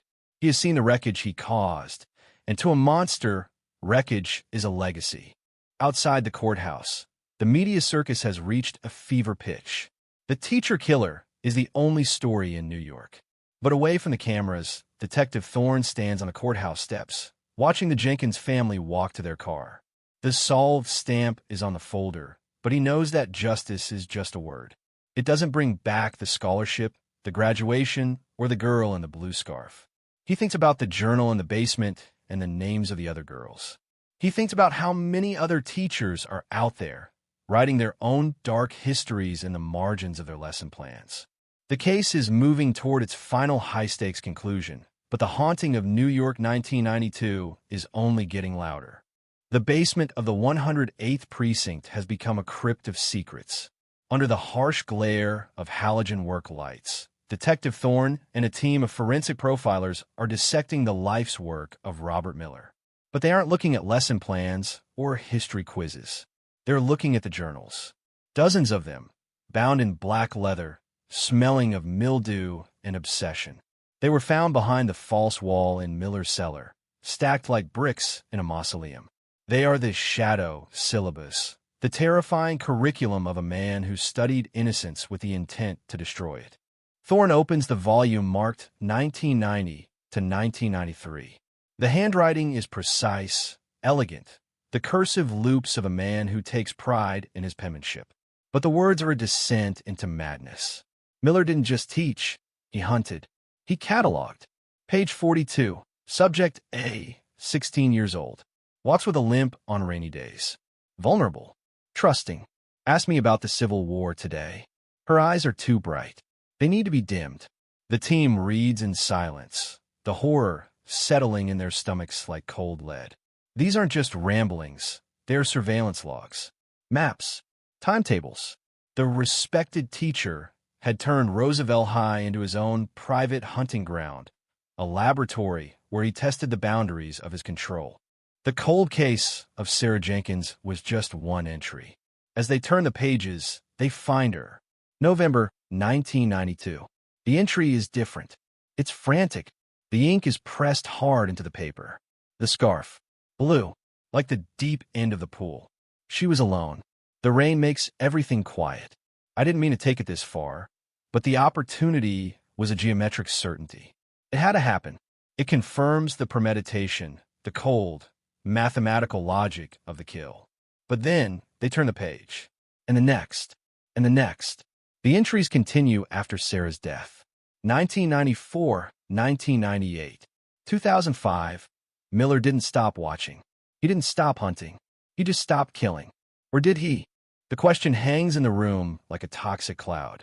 The team begins to cross-reference the journals with the city's missing persons database. They look for names. They look for descriptions. They find matches. Not bodies, but close calls. Girls who reported a creepy teacher following them home. Girls who transferred schools suddenly. Girls who felt eyes on them in the library, but saw no one. Miller had perfected the art of the almost. He had stalked dozens, perhaps hundreds, getting right to the edge of violence before pulling back, feeding off the fear, the control, the secret knowledge that he could if he wanted to. He was a vampire of potential, draining the safety out of the community drop by drop without ever spilling another drop of blood. But then Thorne finds it. Volume 2001. September. The city was in chaos after the towers fell. The police were overwhelmed.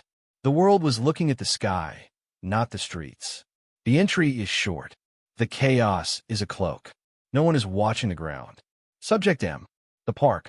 6 p.m. She thinks the world is ending. I can show her that it already has. Thorne feels a chill that goes down to the marrow. He types a query into the database. September 2001. Missing persons. Queens. A name pops up. Maria Gonzalez. 15 years old. Vanished on September 14th. The case was buried under the rubble of 9/11. No media coverage. No shocked community. Just a family left in the dust. The realization is a sledgehammer. Sarah Jenkins wasn't the only one. The cold case isn't a single file.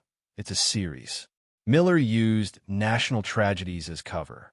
He used the noise of the world to hide the silence of his crimes.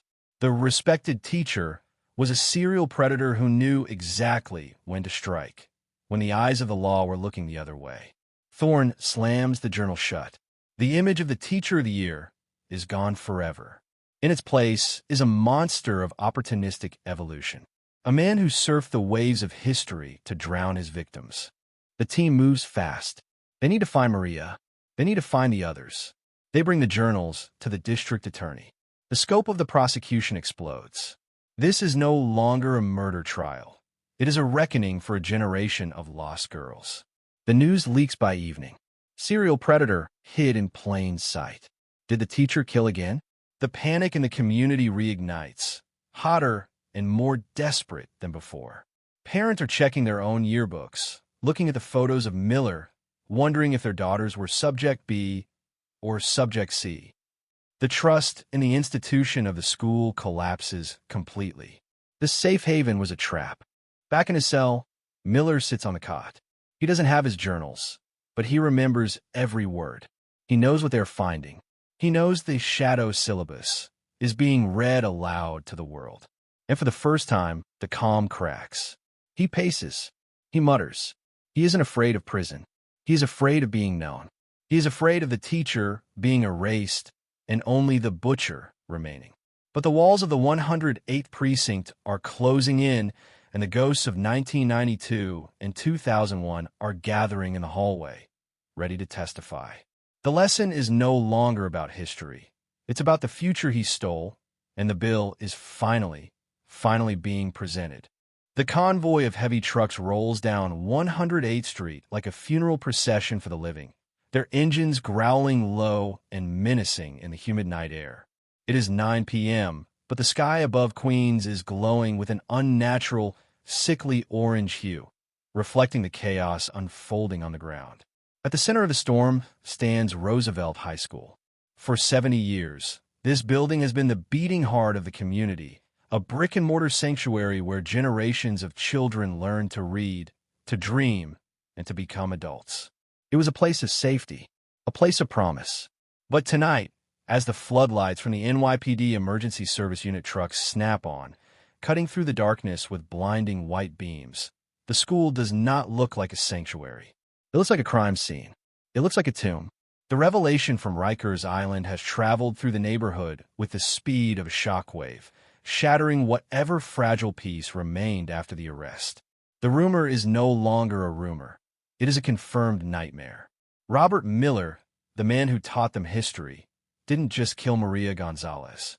He built the school on top of her. The staging area is the gymnasium entrance. This is the new wing, the pride of Roosevelt, built in the autumn of 2001 while the rest of the city was digging through the rubble of the Twin Towers. The irony is a serrated blade twisting in the gut of every detective on the scene. While New York wept for its lost thousands, while the smoke rose from lower Manhattan, Robert Miller was here in the quiet suburbs, pouring his own secret layer of concrete over a child's body, using the national tragedy as a cloak of invisibility. Detective Marcus Thorne stands by the yellow tape, watching the structural engineers unload the jackhammers and the ground-penetrating radar units. The air is thick with the smell of diesel fumes and the electric copper tang of impending violence. He feels a nausea that has nothing to do with the smell. He is thinking about the hundreds of basketball games played on this floor, the pep rallies, the graduations, the laughter of thousands of children vibrating through the floorboards, unknowingly echoing down to the bones of a murdered girl. The violation is total. It is absolute. Outside the perimeter, the community has gathered in a mass that spills off the sidewalks and into the streets. This is not the curious crowd from the day of the arrest. This is a crowd in mourning, a crowd in shock. Parents are holding their children tight, their faces masks of horror. Alumni who graduated 10, 20 years ago are standing by the chain-link fence, staring at the gym where they once cheered, realizing that the ground beneath their feet was a graveyard all along. The news vans are lined up for blocks, their satellite dishes pointed at the school like accusations. The headline on the cheer-in is simple, brutal, and devastating. Body buried under school GYM. Miller's final secret. The shocks community narrative has evolved into a collective trauma. This isn't just about a murder. It is about the desecration of a sacred space. The school, the symbol of the future, has been infected by the rot of the past. Inside the gymnasium, the atmosphere is suffocatingly tense. The lights of the basketball court are off. Only the portable halogen work lights illuminate the corner of the equipment room where Miller's map pointed. The shadows stretch long and distorted across the polished wooden floor, dancing like ghosts. The radar technicians move slowly, pushing their cart over the designated spot. The machine hums, sending sound waves deep into the foundation, looking for anomalies in the density of the concrete. Thorne watches the monitor. He sees the layers, the wood, the subflooring, the concrete slab, and then there it is, a disturbance, a pocket of inconsistency in the gray wash of the scan. It is roughly 6 feet long. It is roughly 2 feet wide. It is the shape of a secret. The technician looks up at Thorne and nods. A single, silent nod that confirms the devil was telling the truth. "Bring them in," Thorne says. His voice is a croak, dry as dust. The breaking of the floor begins. It is a violent, jagged process. The pneumatic jackhammers scream to life, a mechanical shriek that tears through the silence of the empty school. The sound is deafening, bouncing off the metal bleachers, vibrating through the trophy cases in the hallway, shaking the very dust from the rafters. It feels like an assault. The bit of the hammer bites into the polished wood, splintering the varnish, chewing through the history of the court. Dust plumes into the air, a choking white cloud that coats the officers' uniforms and settles in their lungs. They tear up the wood first, exposing the cold, gray face of the concrete slab beneath. This is the layer Miller poured. This is the seal. The date stamped on the foundation inspection sticker on the wall reads October 14th, 2001. Thorne stares at the date. He remembers that month. The fear, the unity, the way people held doors for each other because they were so happy to be alive. And here, in this room, a predator was working overtime. The jackhammers switch bits. Now they're drilling into the stone. The noise deepens to a bone-rattling thrum. The concrete is old, cured hard by 23 years of time, but it yields. It cracks. Spiderwebs of fissures spread out from the impact point. The dust turns from wood brown to gray-white. It coats Thorne's eyelashes. It tastes like chalk. The process is agonizingly slow. They can't just smash it. They have to be surgical. They're excavating a crime scene, not digging a ditch. Every chunk of concrete removed is placed in a bucket, sifted, checked. Hours pass. Midnight comes and goes. The crowd outside does not disperse. They stand in the dark, lighting candles, singing hymns that are swallowed by the roar of the machinery inside. They are keeping vigil for Maria. They are waiting to bring her home. At 2:45 a.m., the tone of the jackhammer changes. It hits something softer. The operator stops immediately. Silence rushes back into the room, ringing in everyone's ears, louder and heavier than the noise. The dust hangs in the air, a spectral fog illuminated by the work lights. The team switches to hand tools, trowels, brushes, small chisels. They're on their knees now, huddled around the jagged hole in the floor like priests at an unholy altar. Thor kneels with them. He shines his flashlight into the void. The beam cuts through the gloom and lands on something that isn't stone. It is fabric, a fragment of denim, preserved by the lack of oxygen, encased in the dry tomb of the foundation. It is a pair of jeans, acid-washed, the style of a teenager in 2001. Thorne feels his heart hammer against his ribs. He reaches out with a gloved hand and gently brushes away a clot of dirt and concrete dust. Beside the denim, there is something else. A sneaker, high top, white, or what used to be white, now stained yellow by time. And inside the sneaker, bone. The realization sucks the air out of the room. It is her, Maria Gonzalez, the girl who vanished while the world looked away. She has been here the whole time, under the feet of the cheerleaders, under the feet of the visiting teams, under the feet of Robert Miller as he paced the sidelines during assemblies, smiling that benevolent smile, knowing he was standing on top of his own kill. The forensic anthropologist descends into the pit. The excavation becomes a delicate, heartbreaking archaeology. They uncover her slowly. She is curled in a fetal position, as if trying to protect herself from the weight of the world that was about to be poured on top of her. They find a backpack. Inside, preserved in plastic, are her school books. A history textbook, the American pageant, the same textbook Miller used to teach his classes. The irony is so sharp it draws blood. She was buried with the very subject he taught. She was buried with his lesson plan. Thorne has seen many bodies. He has seen the work of gangs, of rage, of madness. But this is something else. This is a coldness that defies biology. To put a child in the foundation of a school is to curse the future. It is a level of narcissism that borders on the demonic. As they prepare to lift the remains, Thorne steps back. He needs a moment. He walks out of the gym and into the hallway. The school is silent now, the drills having done their work. He looks at the lockers lining the walls. He looks at the mural painted by the class of 2005. The future is ours. He feels a tear slide down his dusty cheek. It isn't theirs. It never was. It belonged to men like Miller, who treated the future like a disposable commodity. The betrayal of this place is total. Roosevelt High can never just be a school again. It will always be a graveyard. They will have to tear it down. They will have to burn it to the ground and salt the earth, because you cannot teach children on top of a crime scene. The medical examiner's team arrives with the gurney. They bring a body bag. It is small, too small. They lift Maria out of the hole with a tenderness that stands in stark contrast to the violence of her burial. Thorne watches as they zip the bag. The sound of the zipper is the loudest thing in the world. It is the sound of a cold case closing, but it brings no relief. Only a heavy, leaden sorrow. They wheel her out of the gym, across the court, the wheels squeaking on the polished wood. The procession moves toward the double doors. Thorne pushes them open. The scene outside is biblical. The floodlights catch the moment the gurney emerges. The crowd, which has been murmuring and shifting for hours, goes instantly, completely silent.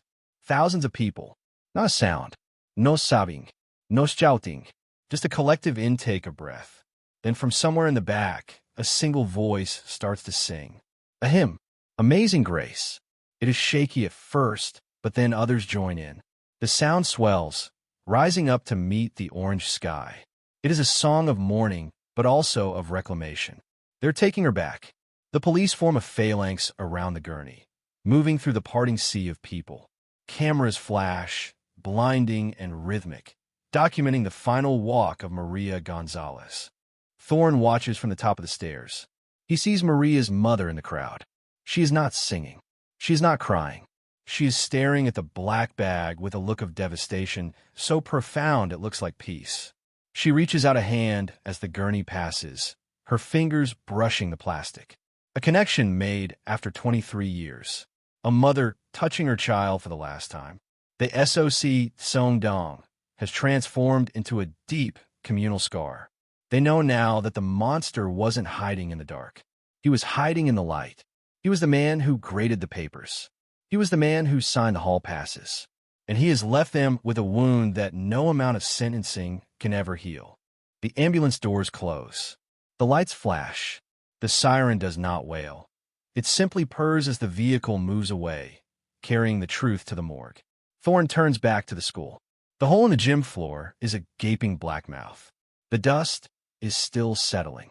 The investigation at the scene is technically over, but the psychological excavation is just beginning. Every student who walked those halls, every parent who trusted that building, every teacher who called Miller a colleague, they're all victims now. The New York 1992 case has metastasized. It has consumed the past and poisoned the present. Thorne takes a deep breath of the dusty air, tasting the concrete and the tragedy, and walks back into the tomb to finish the paperwork. The night is over, but the darkness is here to stay. The Supreme Court of Queens County is a fortress of limestone and judgment, standing tall against the gray morning sky. But today, the architecture feels insufficient to contain the magnitude of what is happening inside. It is Judgment Day, the trial of Robert Miller, the teacher of the year, the cold case killer, the monster of Roosevelt High, has reached its terminal point. There is no jury today. The guilty plea was entered weeks ago, a quiet, administrative ending to a chaotic investigation, secured in exchange for the map that led to Maria Gonzalez. Today is for sentencing. Today is for the victims. Today is the day the community gets to look the devil in the eye and tell him what they see. The courtroom is packed beyond capacity. The gallery is a sea of black clothing, a funeral without a body, filled with former students, parents, and the shattered families of Sarah Jenkins and Maria Gonzalez. The air is so thick with tension, it feels like the oxygen has been replaced by pure adrenaline. The silence is absolute, broken only by the hum of the HVAC system and the rustle of the court stenographer's hands, a machine recording the final footnotes of a tragedy. Robert Miller sits at the defense table. He looks different. The prison diet has hollowed him out. His silver hair, once perfectly coiffed, is thinning and unkempt. The orange jumpsuit hangs loosely on his frame. But the most terrifying change is in his eyes. The kindly professor mask is completely gone. In its place is a raw, naked arrogance. He sits with his chin up, scanning the room, making eye contact with the weeping mothers and the angry fathers. He is not shrinking from the hatred. He is absorbing it. He looks like a man who believes he is the protagonist of a tragedy, not the villain. He believes that even in chains, he is the smartest person in the room. He is preparing for his final performance. He has waived his right to silence. He wants to speak. He wants to teach one last lesson. The proceedings begin with the victim impact statements. It is a parade of agony. Sarah Jenkins' brother, now a grown man with children of his own, stands at the podium. He shakes. He cries. He talks about the 32 years of silence at the dinner table. He talks about the empty chair. He talks about the blue scarf that haunted his mother's dreams. Then Maria Gonzalez's mother takes the stand. She is small, frail, worn down by 23 years of not knowing. She speaks in Spanish, her words translated by an interpreter whose voice cracks with emotion. She talks about the concrete. She talks about the cold. She talks about sending her daughter to school to learn, only to have the school become her tomb. The courtroom weeps with her. Even the bailiffs, men of stone and statute, look at the floor. The SOC Song Dong is no longer a headline. It is a palpable, living grief that fills every corner of the room. It is a collective wound that Robert Miller inflicted with surgical precision. Then it is Miller's turn. The judge, a woman with eyes like flint who has seen the worst of New York, asks the defendant if he has anything to say before sentencing. Miller stands. The chains on his ankles rattle, a jarring, medieval sound. He adjusts his glasses, a reflex from a lifetime in the classroom. He walks to the podium. He grips the wood. He looks out at the gallery, at the hundreds of faces he once deceived. He clears his throat. "I've listened to your pain," Miller begins, his voice steady, resonant, the voice that once lectured on the fall of Rome. "And I understand your anger. You see a monster. You see a thief. But you're looking at this through the lens of emotion, not history." A ripple of shock goes through the room. Is he lecturing them? "I gave this community 34 years of excellence," he continues, his voice gaining strength. "I taught 3,000 students. I sent 500 of them to Ivy League universities. I organized the food drives. I built the curriculum. I was the pillar that held this neighborhood up when it was crumbling." He leans in, his eyes narrowing. "Do you think that counts for nothing? Do you think the good I did evaporates because of the darker necessities of my nature?" The audacity is paralyzing. The room is frozen in disbelief. He is rationalizing murder as a dark necessity. He is weighing his crimes against his career and finding the scales balanced. "We all have shadows," Miller says, his voice dropping to a conspiratorial whisper. "Mine were just deeper. I needed the control. I needed the secret. It was the fuel that allowed me to be the perfect teacher you all loved. Sarah, Maria, they were the price of admission. They were the sacrifices that allowed Robert Miller to exist." He looks at the families, his expression devoid of empathy, filled only with a twisted logic. "You mourn them, but you also benefited from me. You can't separate the man from the monster. We're the same thing. I am the history of this town. Sit down." The judge's voice cracks like a whip. She has heard enough.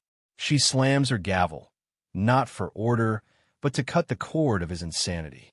"Mr. Miller, you are not a historian. You're a narcissist and a butcher."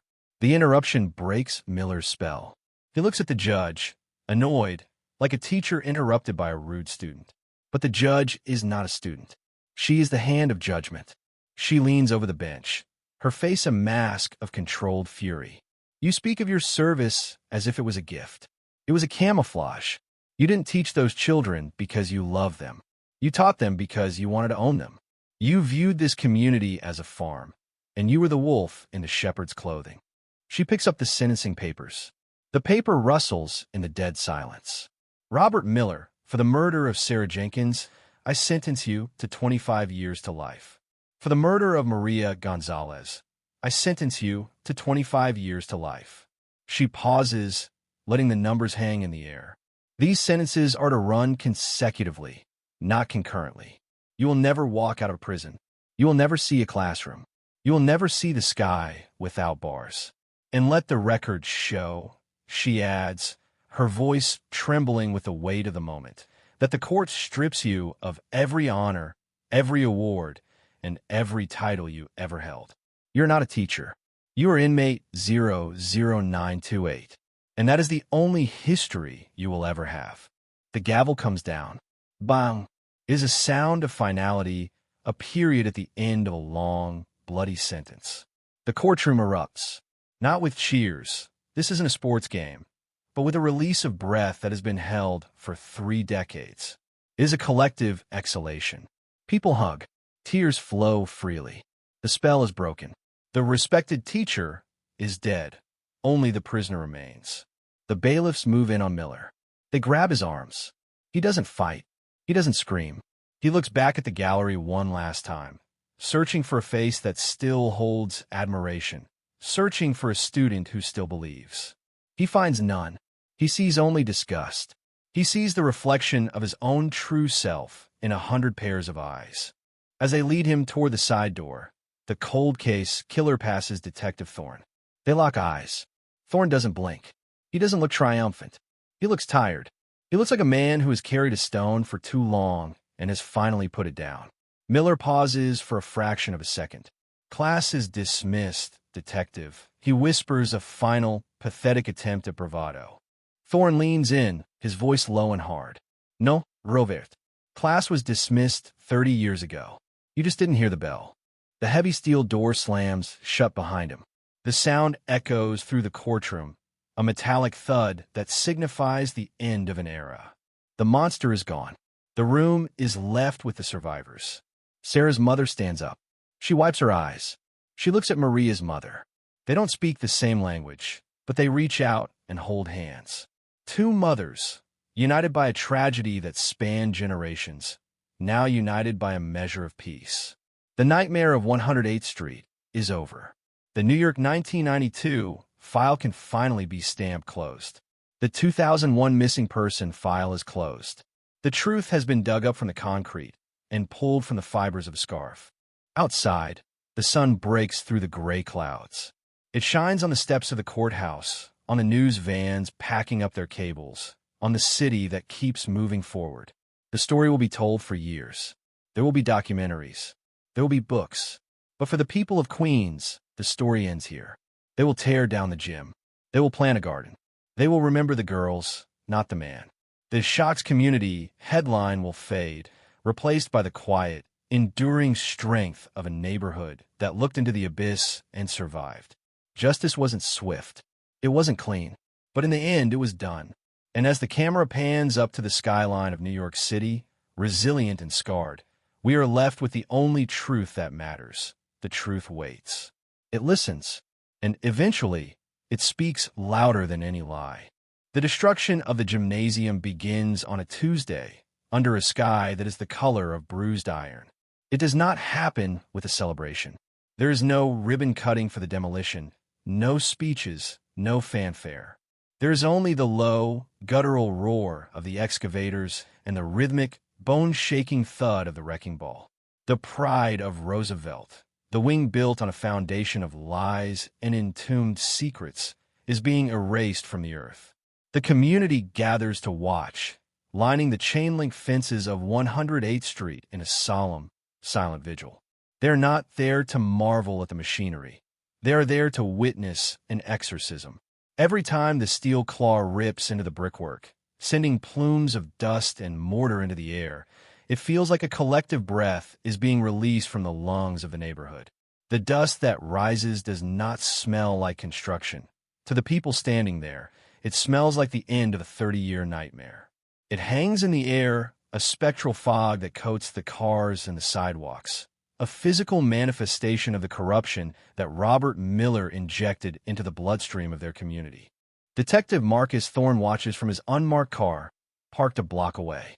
He is drinking coffee that has long since gone cold. He watches a wall collapse, exposing the interior of the gym, the painted lines on the floor where he stood just weeks ago, the spot where the jackhammers broke the silence of the dead. It is over. The building is coming down. But Thorne knows that buildings are easy to destroy. Memories are made of sterner stuff. The wreckage of the case is not just in the rubble pile.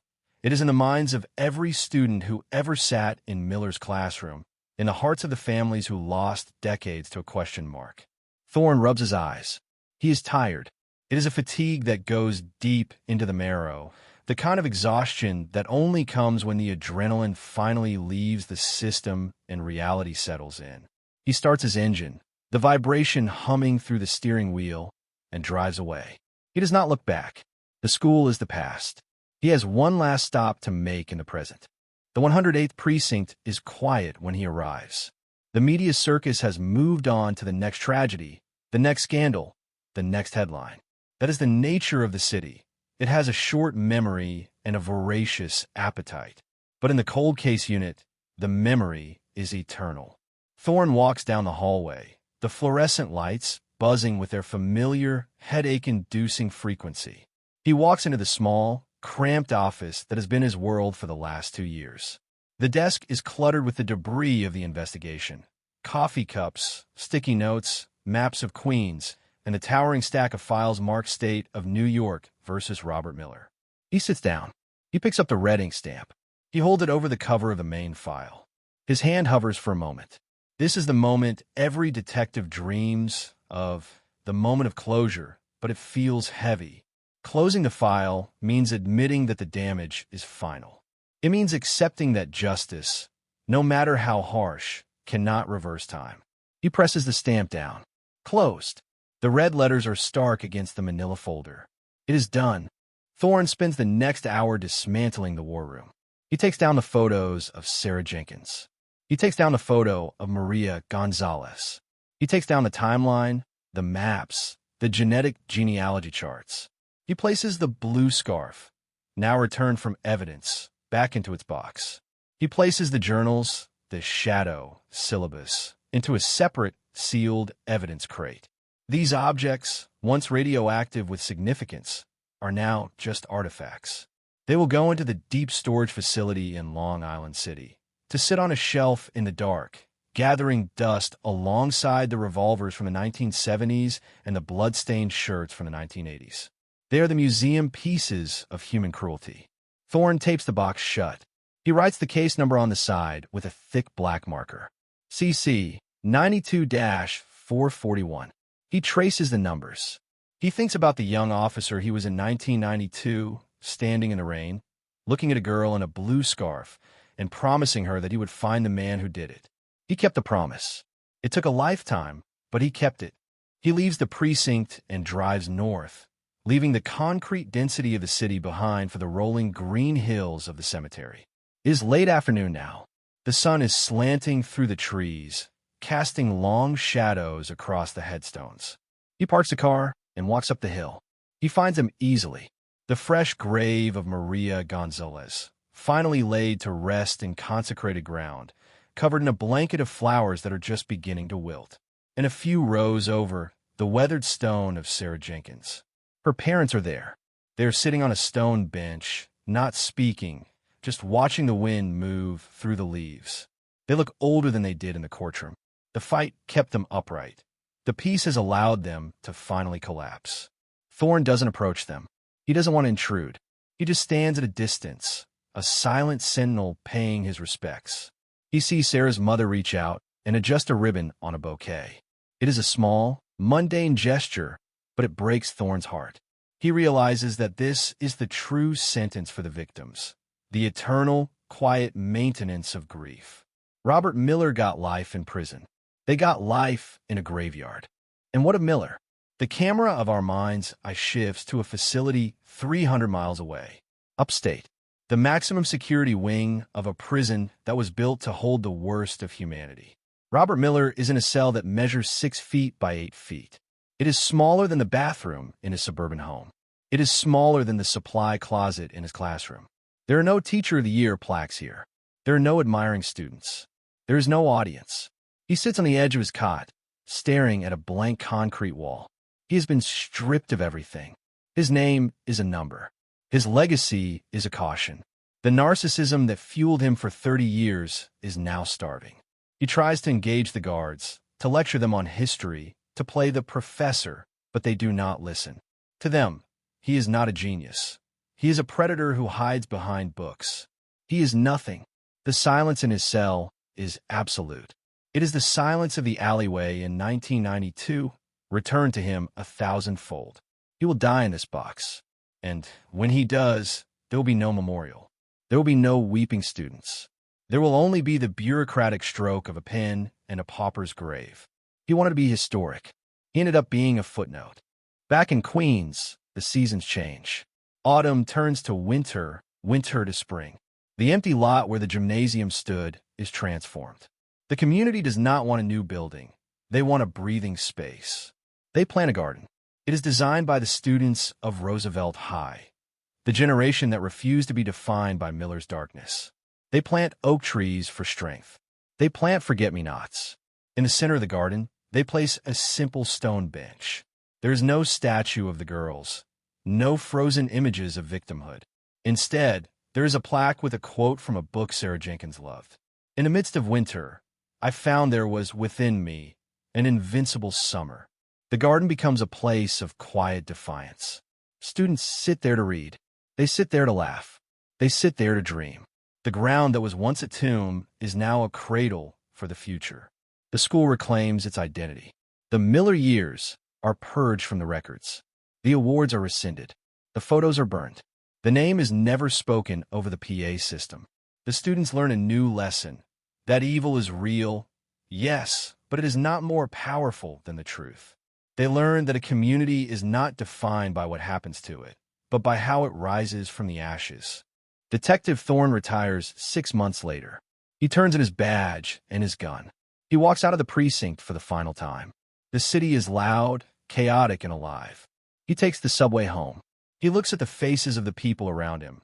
Strangers, millions of them, each with a story, each with a secret. He wonders how many other monsters are sitting in these cars, wearing suits, reading papers, hiding in plain sight. He knows the work is never truly done. There will always be another box in the basement. There will always be another cold wind blowing through an alley. But he also knows that the technology is watching. The science is advancing. The shadows are shrinking. The cold case era is ending, replaced by an era where nothing is ever truly lost, where the smallest microscopic trace can bring down the mightiest lie.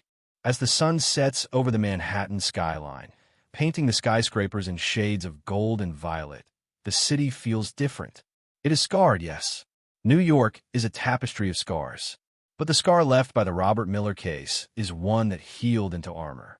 The story of the teacher and the blue scarf is no longer a source of fear. It is a source of vigilance. It is a reminder that we must look closer. We must listen harder. We must not be blinded by the masks people wear. The final image is not of the killer or the detective or the grave. It is of a young girl, a student at Roosevelt High in the year 2027. She is walking home from the library. It is November. The air is cold. She is wearing a blue scarf. She walks past the alleyway on 108th Street, the place where it all began. But she does not walk with fear.